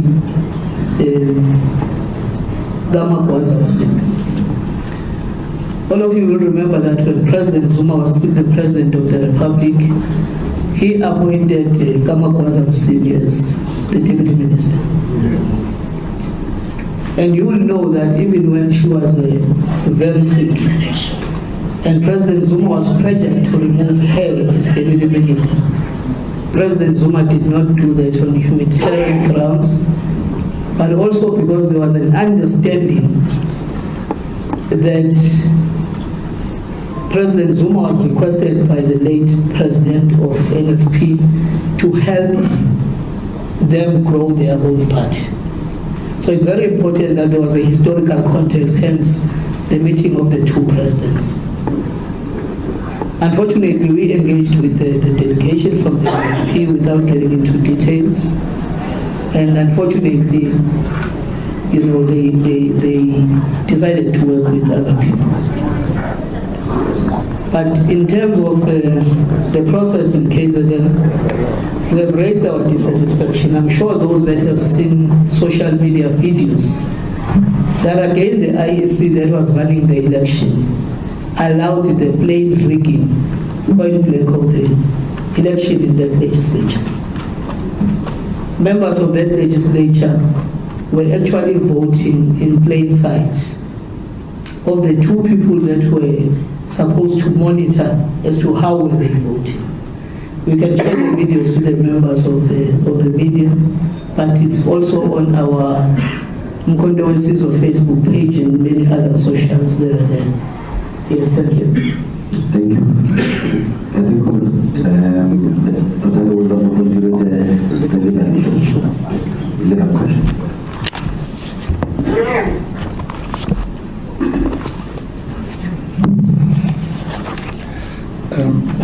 Thank you, Comrade Musi. I'll be brief. The first question from Mighty Jamie had to do with parliamentary sovereignty versus constitutional supremacy. Correct? Right. Okay, look, again, I'm answering obviously on behalf of the client here. But my understanding, I mean, personally, I'm a constitutionalist. But what the MK party and former President Zuma has been saying all along, I think, are two simple things. If you see the narrative from Sten Eisen, and now even recently, yesterday, unfortunately also from Mr. Mbalula, they pose this so-called GNU thing as a battle between those who believe in the Constitution and those who are against the Constitution. Now that's a false narrative which is just being created to confuse the people. None of the organizations that are not in that GNU have ever called for anti-constitutionalism.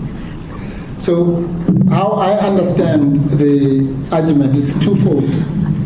That you cannot say that to amend the Constitution is unconstitutional, because the Constitution itself has provisions for its amendment, right? So, firstly, the amendments that are suggested in the political terrain are twofold. The first one has to do with the amendment of Section 25 of the Constitution, which would remove the compensation requirement for land repossession, right? So let's call that the smaller amendment of a part of the Bill of Rights, which is also provided for in the Constitution. The second category is the one that former President Zuma is talking about, which is to say that is a system at this juncture of our democracy, is a system that is totally dependent on judges, in the sense that the judges have a final say, which is what lawyers call constitutional supremacy, as opposed to parliamentary sovereignty, where the elected representatives of the people have the ultimate say. And that's a debate which I think is legitimate. if the MK party is wrong on that, well, people can be wrong. That's why it's called a debate. But to stifle the debate by labeling people as anti-constitutionalists because they are raising that debate is completely wrong. Actually, that is unconstitutional because that's a violation of their right to hold their views in terms of Section 16 of the Constitution. So I think that's where the debate is. There's no right or wrong. Britain, which is regarded as one of the leading, if not the first democracy, has a system of parliamentary sovereignty. Nobody ever said that is a dictatorship or draconian. So there are systems, and I think that that's what is being raised. So the debate should be heard, I think, by scholars, by academics, by politicians, by all of us, by the population. It must not be stifled with labels. So that's the first issue.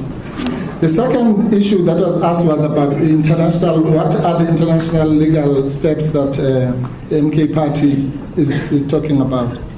Well, on this one I'll be very brief because I obviously can't give the legal advice to the media before I give it to the clients. But I can give you a hint. You would have heard that the reaction from Comrade Lela after the Constitutional Court outcome was that one of the things that they were considering was approaching the United Nations Human Rights Committee.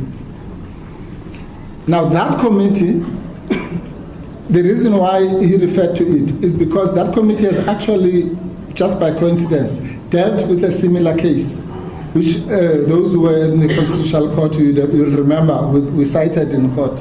It's a case of a gentleman called Disanayake, who, just by coincidence, was denied in Sri Lanka the opportunity to stand as a member of parliament on the basis of, guess what? Contempt of court. So it's a case that's actually on all fours. And that court, the United Nations Human Rights Committee, found that the government of the state of Sri Lanka was wrong to deny Mr. Disanayake his right to be a member of parliament on the basis of having been convicted for contempt of court. And it found that that is a violation of Articles 9, 14, and 25 of the Charter, or what is known as the ICCPR. Now, so that's that avenue that is being explored.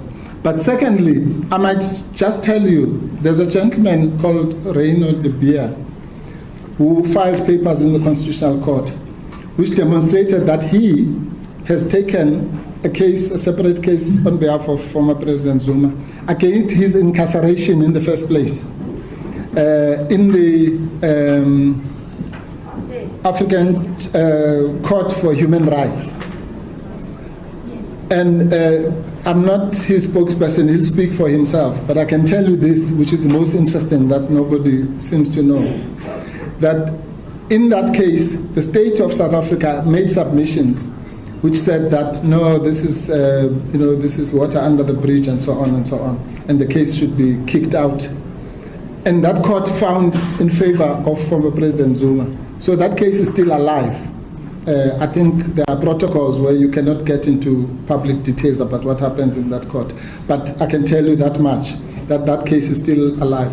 So when we talk about international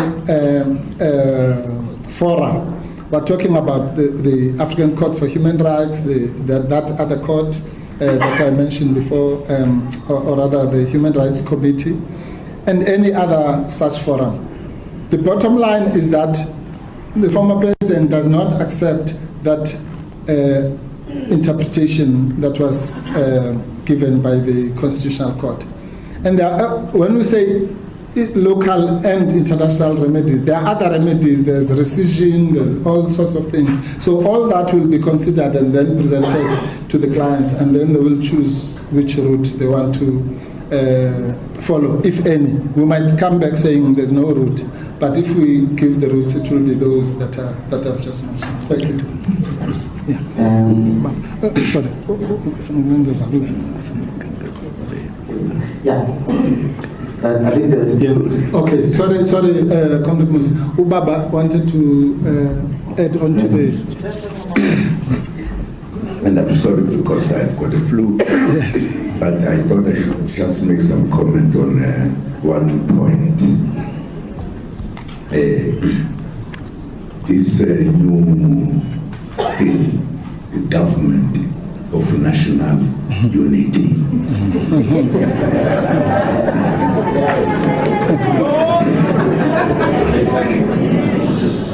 This actually is meaningless. I don't know what it means. Totally meaningless. Totally meaningless.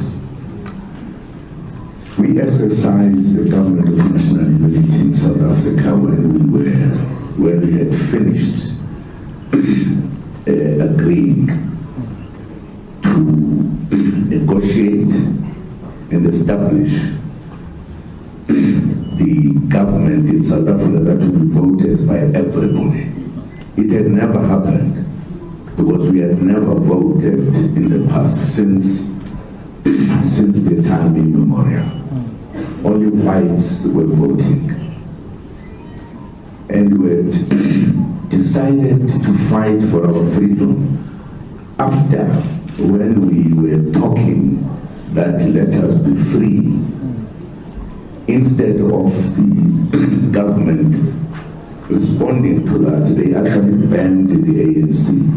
In other words, silenced the black people from talking about freedom, about whatever. We then declared war. And there was a fight that took place since 19 what?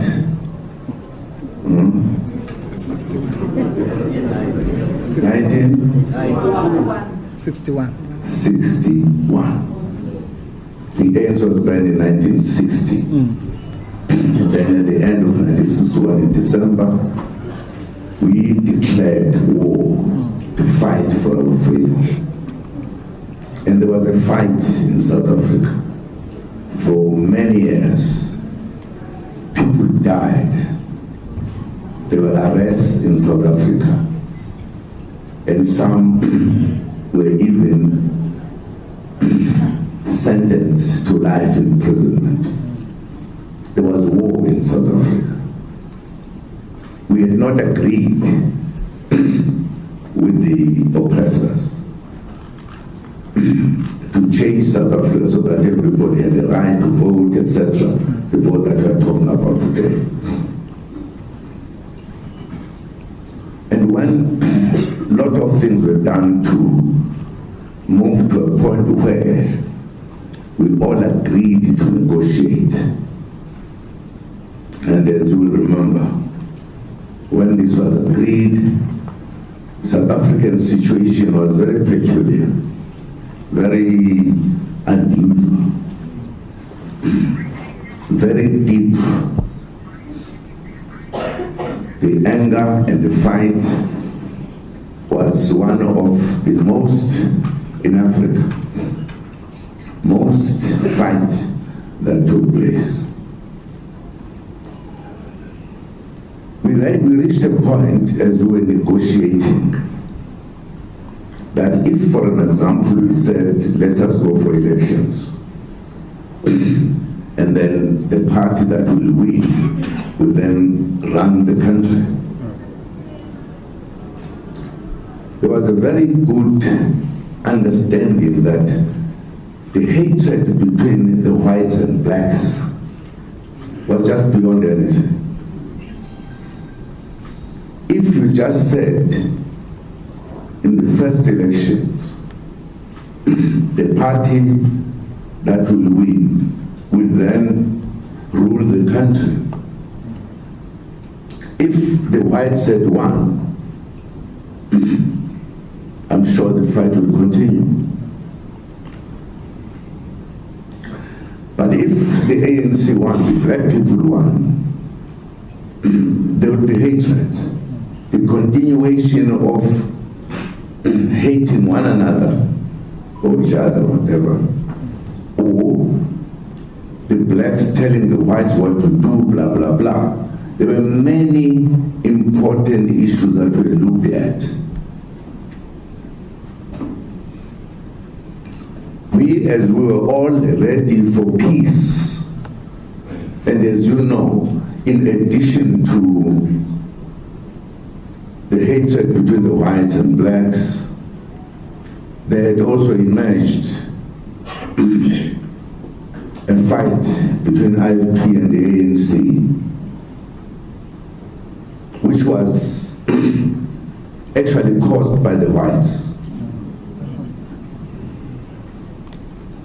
So we thought we needed to find a formula, because the country was at war, at hatred, at every other thing.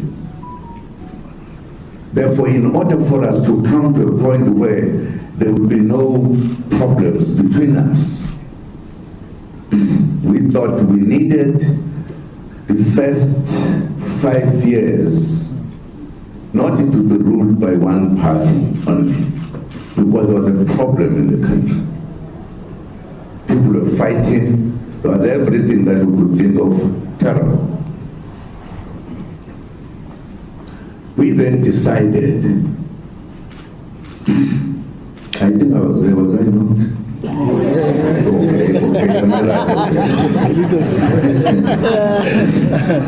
We decided that for that first period, we need to work together. There must be no parliament where we say something long to across whatever. And it was a very wise decision to stop violence in South Africa. War, violence, war, whatever, and hatred. And on the basis of that, we said the best thing to do is that all parties that will participate in the elections, no matter what, we did put a deadline that above this number, those parties will be members of parliament. And for us to have peace in our country, because there was war, there was hatred, there had been apartheid, which was very rude. We then decided that these parties who will be in parliament, who will have so much, must those parties participate in the first period of the country to ensure that there would be no other war, no anything, so that we can work together rather than in the normal parliamentary things where people fight or argue. And once we felt we should do so, we then decided to call it the Government of National Unity. The reason was that there was no unity. There had been a war, there had been everything. And some people who don't know politics just take faint phrases and things. When this time they were faced with a problem of how do you deal with the situation in South Africa, they decide to put our country as if it's at war. We now need to be together so that we can have a government of national unity. That is meaningless, says nothing.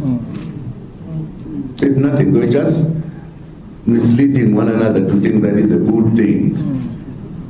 Other people even forgot, thought that they could in fact be together with the DA, because they just put this word, Government of National Unity, others are hiding behind. Now it has become such a thing. But by the abbreviation, GNU.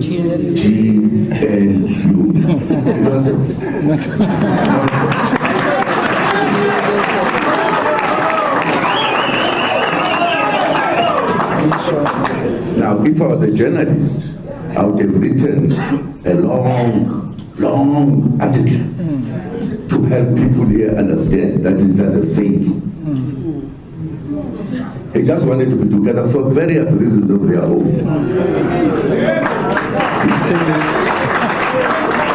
And the others must have been maybe whatever. I don't want to say, just imagine. But the critical issue that I'm saying, my brothers and sisters, as journalists, really, we need to be helping us on these matters. You know it, you see it, you know.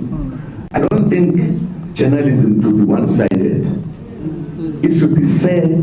It should. If I was a journalist, I was saying, but this thing we said it 30 years ago. What it is now? I think you'll be asking these people who have come with this, what are you trying to do? Are you saying South Africa is at war? You therefore need to have peace. Sorry, guys. Sorry. President, we should actually call it for what it is. The ANC has joined the moonshot pact of the DA. Okay, thank you very much. I did not want to say I'm rude. I nearly said it, but I thought this fellow is rude. But we saw it, there was no ANC when the name came there. The moonshot pact. Moonshot pact, there was no ANC. There was no ANC. Now who has joined now the moonshot pact? Who has joined it? Thank you. You didn't say it yourself. I didn't say it. We've responded to all the questions. And we will take the last bite. Okay, we'll start number one. In fact, let's do it like we did the last time. Some can say this question. Oh, yes. Oh, responses. Okay. Yeah, just hold your hands up until we'll come back for the last bite. We are still responding to your questions.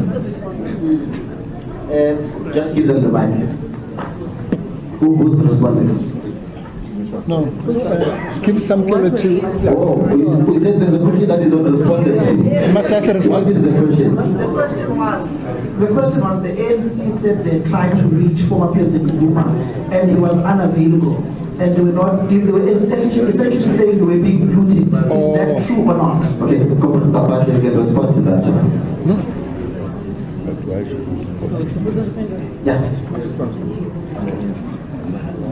No, I don't think that's true. There is a narrative that seeks to brand MK as a disorganized organization. Yeah, I was saying there's a narrative that seeks to brand MK as a very disorganized, disrespectful organization. You can get it from that sense where they said they reached President Zuma, but he did not respond. They say he blue-ticked them. But it's the same narrative that you get from KZN as if we are inexperienced to look to engage and then stood people up. It's a wrong narrative. The president doesn't negotiate on our behalf.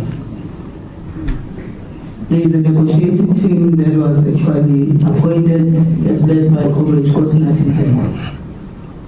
They were the ones that were engaging with them. They ain't seen any other party that we felt we needed to engage with. So President Zuma gets report from the negotiating teams. So that is not true. But I think I need to respond as well onto the from Salam Media about SAPS in KZN. It's another narrative that wants to make us a violent organization that are ready to fight at a whim. We are warmongers that are ready to kill. And we start by saying we have had about 12 of our members shot and killed.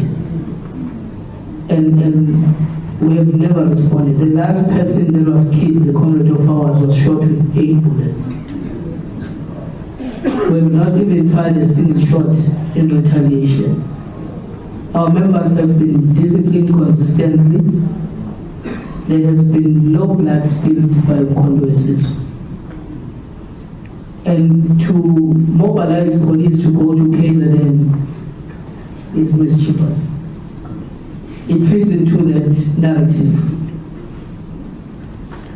When we actually announced that we have been robbed, especially in KZN, Mpumalanga, and Gauteng, not a single person can claim that we burned any building, we were demonstrating, we went to the IEC offices, and none whatsoever. Consistently, we've been reporting, even from the media statement by the president, that we are using all legal means possible to challenge the IEC. And we've consistently said it to the media statement by the president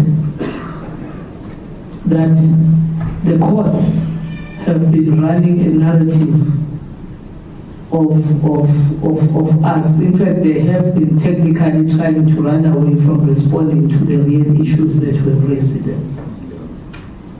So again, we're still reporting that we are ready to even take it to international courts. Not fighting, but still there is then a question of trying to brand us as violent. We're not violent. We're not espousing any violence. We have called our members to be disciplined even in the height of the calculations. I think in the midnight, after the announcement was done, even when we called for it to be stopped, we issued a media statement through Comrade Kamulo, Comrade Moses, Comrade Duda at 12 o'clock midnight to make sure that there is peace and calmness and acceptance of the situation and to wait for leadership to respond accordingly. And this has been part of the process that we are doing.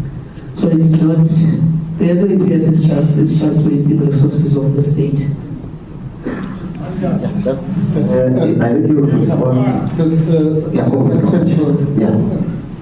Come this side. Just to respond on the issue of the ANC and how those matters are handled. The negotiating team, yes.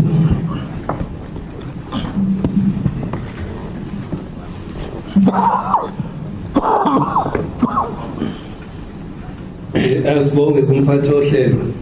Nizongixolela ke mina, I'm a product of Bantu education, so I don't speak English after 4 p.m.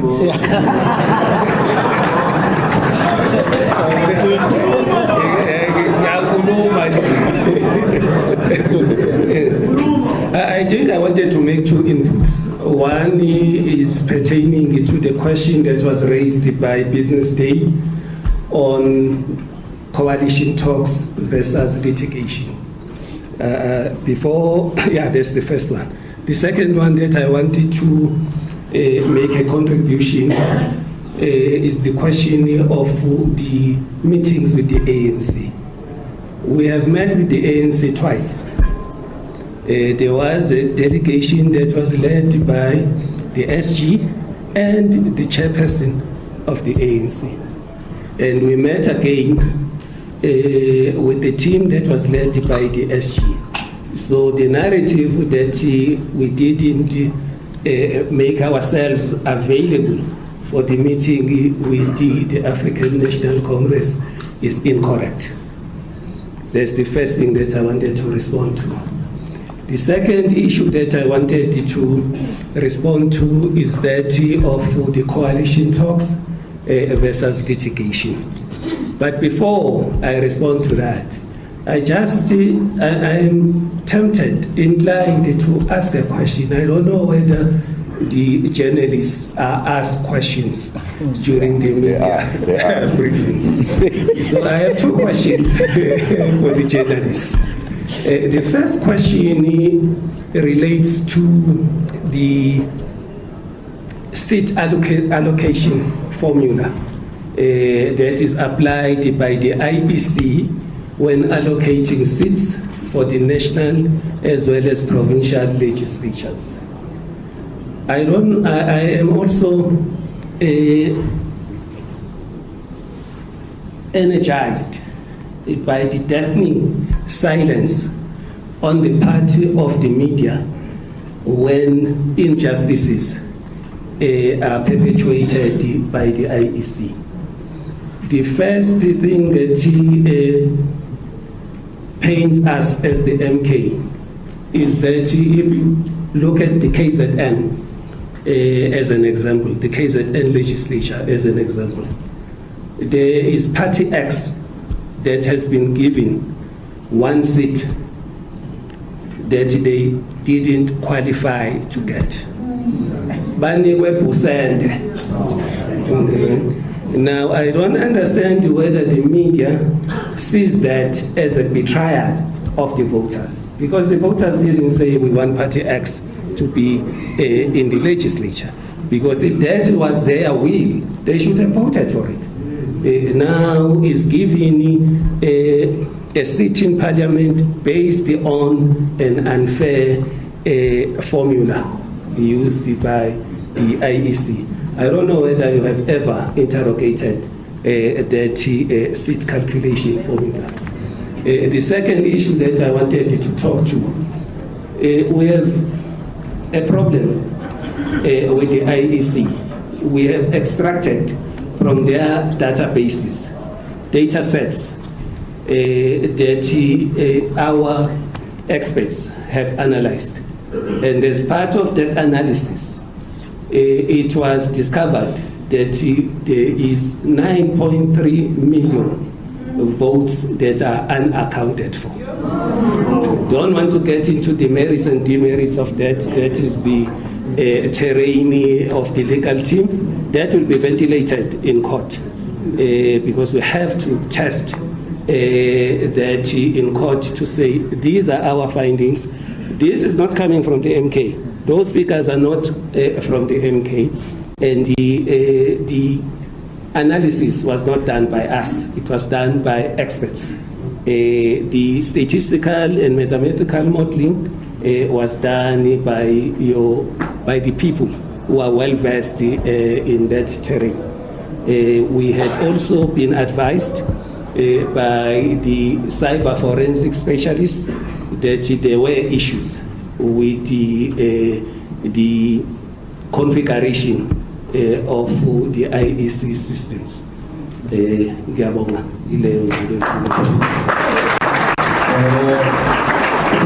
I'll be taking the last bite, but please, our colleagues from the media, just be very brief in your questions now, because it's cut the sound. So this is the last round. Let me know if I see one, number two. I think we have two hands now. Okay, thank you.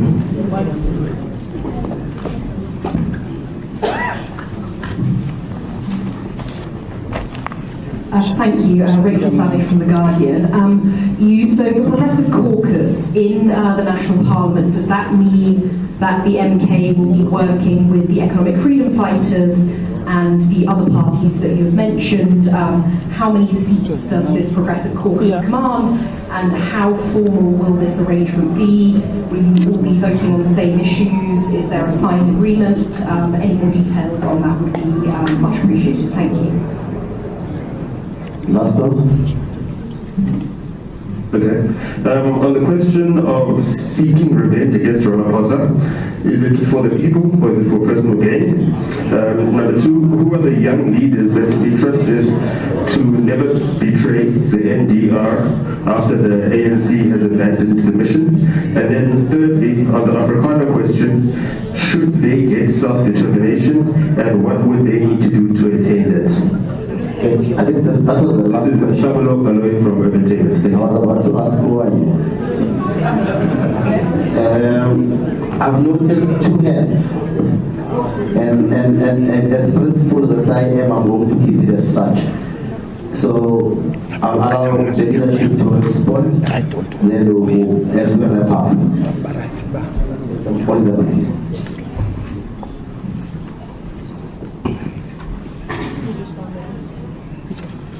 Oh, you want me to answer this? Respond to these two questions. Yeah. You capture them? Yes. Yeah, I did. Thanks, Chair. And the first one from Madam Guardian. Yes, we will be working with the FF, as it was announced. But it's not only the EFF. We have said in the President's statement that we have forged alliances or working relationship with all the progressive political parties. Specifically, we said those that are on the left. And we've maybe to take it further, we're clear that we will not work with the DA because they don't represent any element of progressive element that help to change the plight of a black child. It's not only the EFF, there are 109 others. 109 seats in Parliament that we are working with. Among them, EFF, UDM, ATM, PAC, Al-Jamaa, and. So that is number one. And we're hoping to cement this relationship and consolidate it inside and outside of Parliament. I think as part of the statement, you will note that we said the President, after he has met these parties, developed a program. We'll announce that program that seeks to consolidate our people, to make sure that we capture the 6 million voters that we could not capture in these elections, even though we were robbed. So that is an ongoing work. Part of the team that is here in front are part of these political parties that we are working with. We further outline that we will be having what we call a patriotic front of all these progressive parties as part of our work going forward. The second one is what you call the abandonment of the National Democratic Revolution. Was that the question? I think we subscribe to the notion of the National Democratic Revolution. But we also are specific to say the motive forces of the revolution are blacks.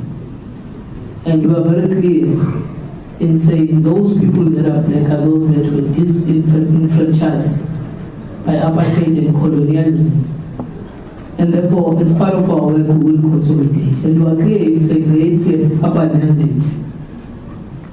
Hence, we have categorized the relationship between the ANC and the DA as a moonpeg shot, aimed at benefiting the leaders of the ANC, not necessarily poor South Africans that still look for a true liberation in terms of the financial and economic freedom.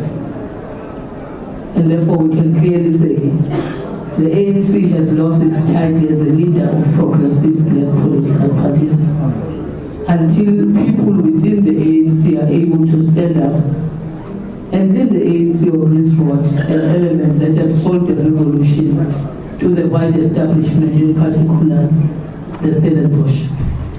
Thank you. Thank you very much. I think that there are two things that the President emphasized or spoke about. The objectivity of the media, but also we are also reminded of not our long-distant apartheid colonialism memory. That indeed we are now already in the trauma of apartheid. And the media ought to play a role in objectively reporting to the nation. But also to say, Happy Father's Day to the father of the nation.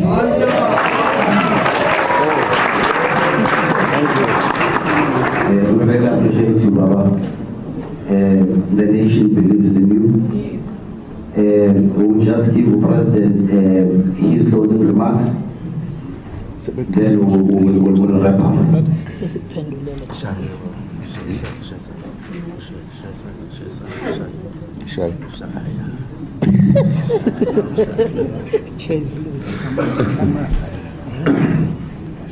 No, thank you, Patrick.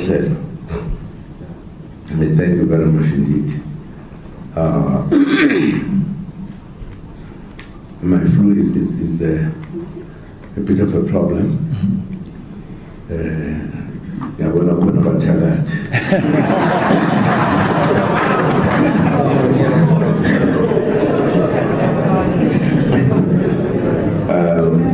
No, thank you for the opportunity. I had wanted to really ask the journalists questions. Mind you, some people stopped me and said it is not gentlemanly to do so, because there are also lady journalists. No, I am very worried. I think these elections have caused more worries to some of us, because South Africa is a country that has a history that put many of us into serious issues when apartheid laws were the laws. Even if we're doing the right thing, we were sentenced to prison, we were done everything. We fought to go over this. Then we got freedom. Even when we were discussing the point I was making earlier, that we're very careful that we should not act in the manner that would make us continue fighting. We wanted to finish fighting. Hence, the government of national unity, which worked. We were a country that came from, it was not just a country with no democracy. It was a country of apartheid. And I've never heard in other countries in the world that there was a country that ruled through a system called apartheid. And we wanted to practice democracy, freedom, equality, everything.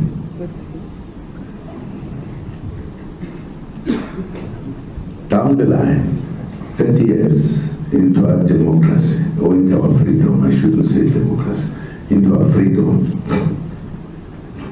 we reach a point where for the first time there is elections that have such problems for the first time, that it was not easy to hide things that people were doing in order to ensure that this party wins, that party does not, etc., etc.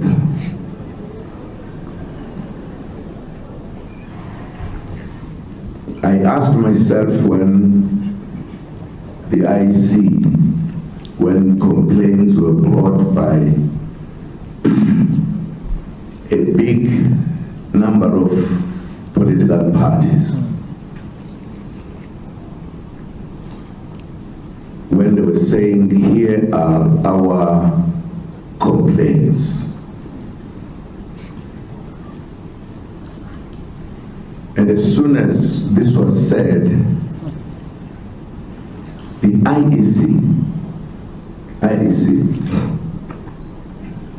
immediately organized you guys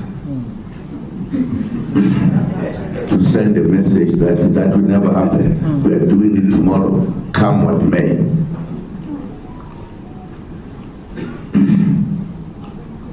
Is that democracy? Is how we deal with our people in a democratic country.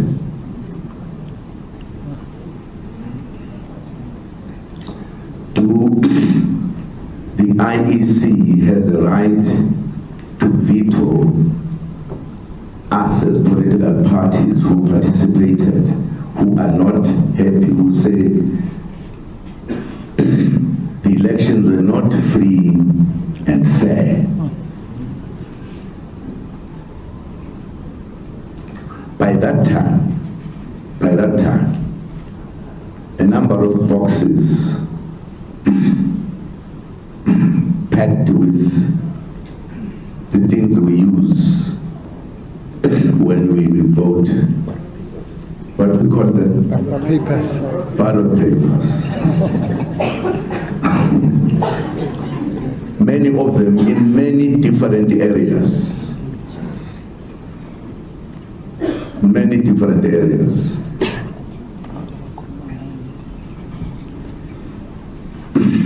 In democratic countries, the media is the first to point at the wrong things and point very seriously. Why were you guys so silent?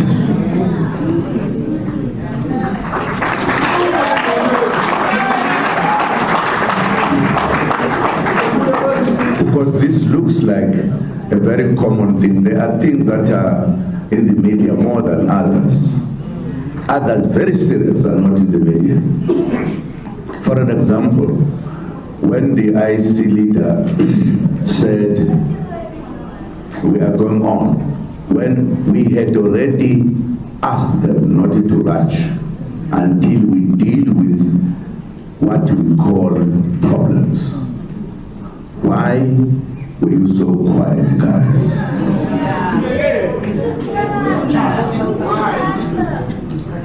Because we who are generally on the receiving side notice these things. That we are very quick when some of us have been said X, Y, Z. We write pages and pages. But when it is said to other people, you don't see it. Or you quickly, in 10 minutes, forget what they said.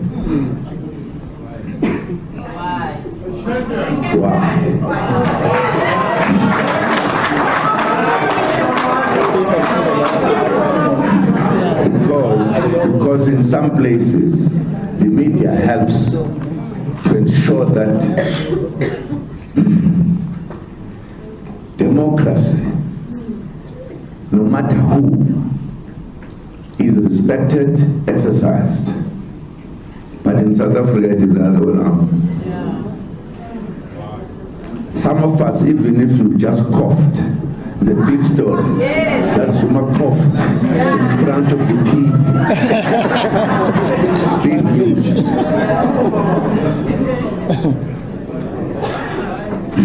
I don't think when courts, for an example, you bring your case, they don't even look at it. They say, sorry, we can't even take it.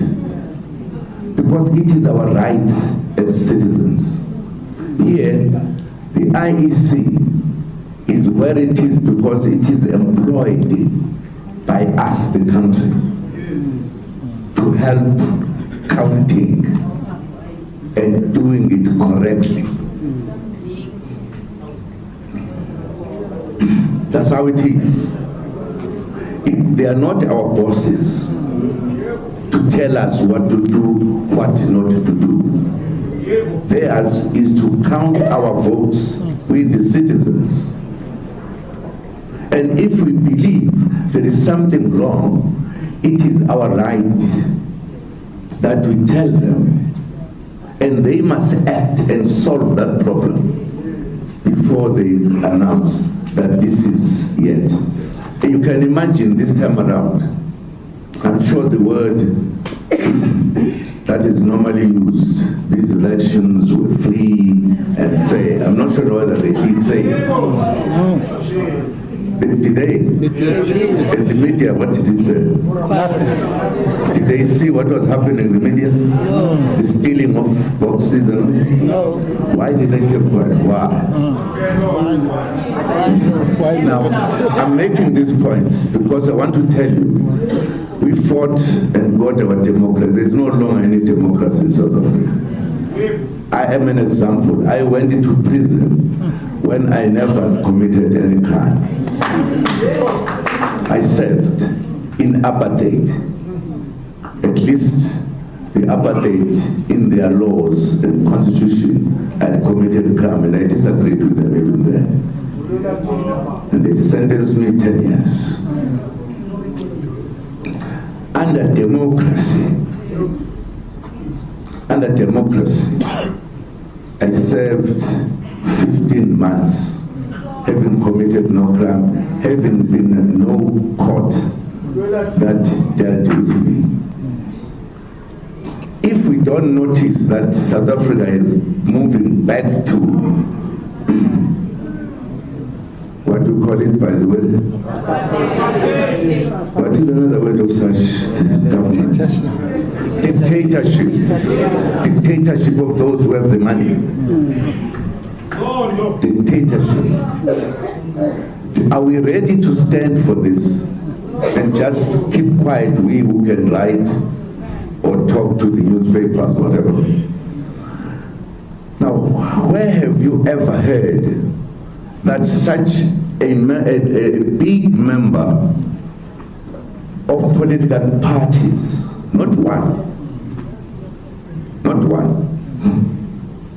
not Umkondo Sizwe that people don't like,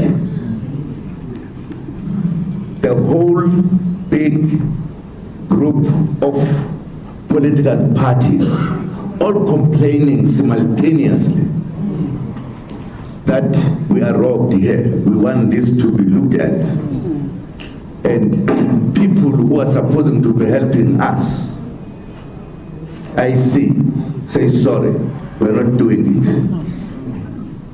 People who are supposed to be looking at the law and the respect of the law in the country, the judges are there making people to, what is it, take an oath. Take an oath. When they know that there are complaints, they are supposed to be looking after our democracy.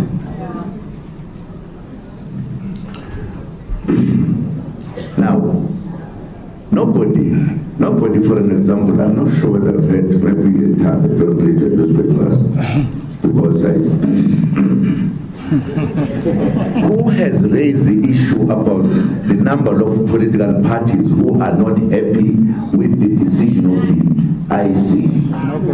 Who? Is that not a story to write?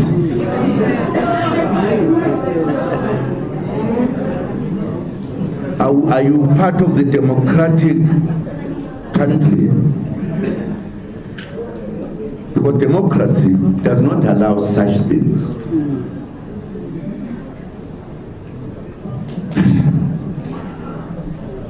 I'm not asking you questions because you said we are not supposed to ask questions. I don't know why, because we are also human beings like us. Nah, sengibuzile. Yeah. Sengibuzile mbaya. Pendula. This is a streamer for 2 hours. The screen is a streamer for 2 hours. I mean, you have elections ongoing. Suddenly, the machines have crashed. There's been no investigation from real investigative, what to call it? Investigative journalists. Investigating terrorists.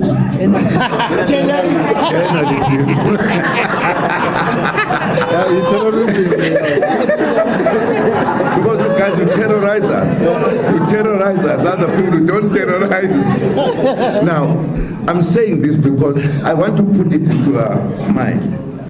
Be fair, deal with the issues with anyone on the equal basis. Very important.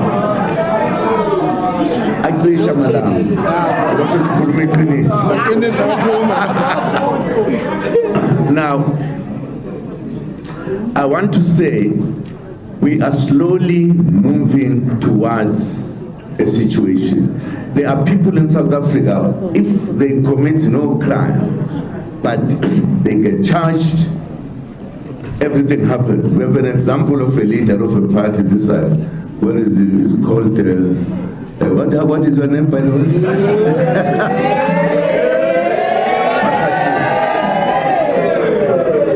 I'm saying this because we are here, and I thought I should not lose this opportunity. He was charged of not having looked after the people he was in charge of.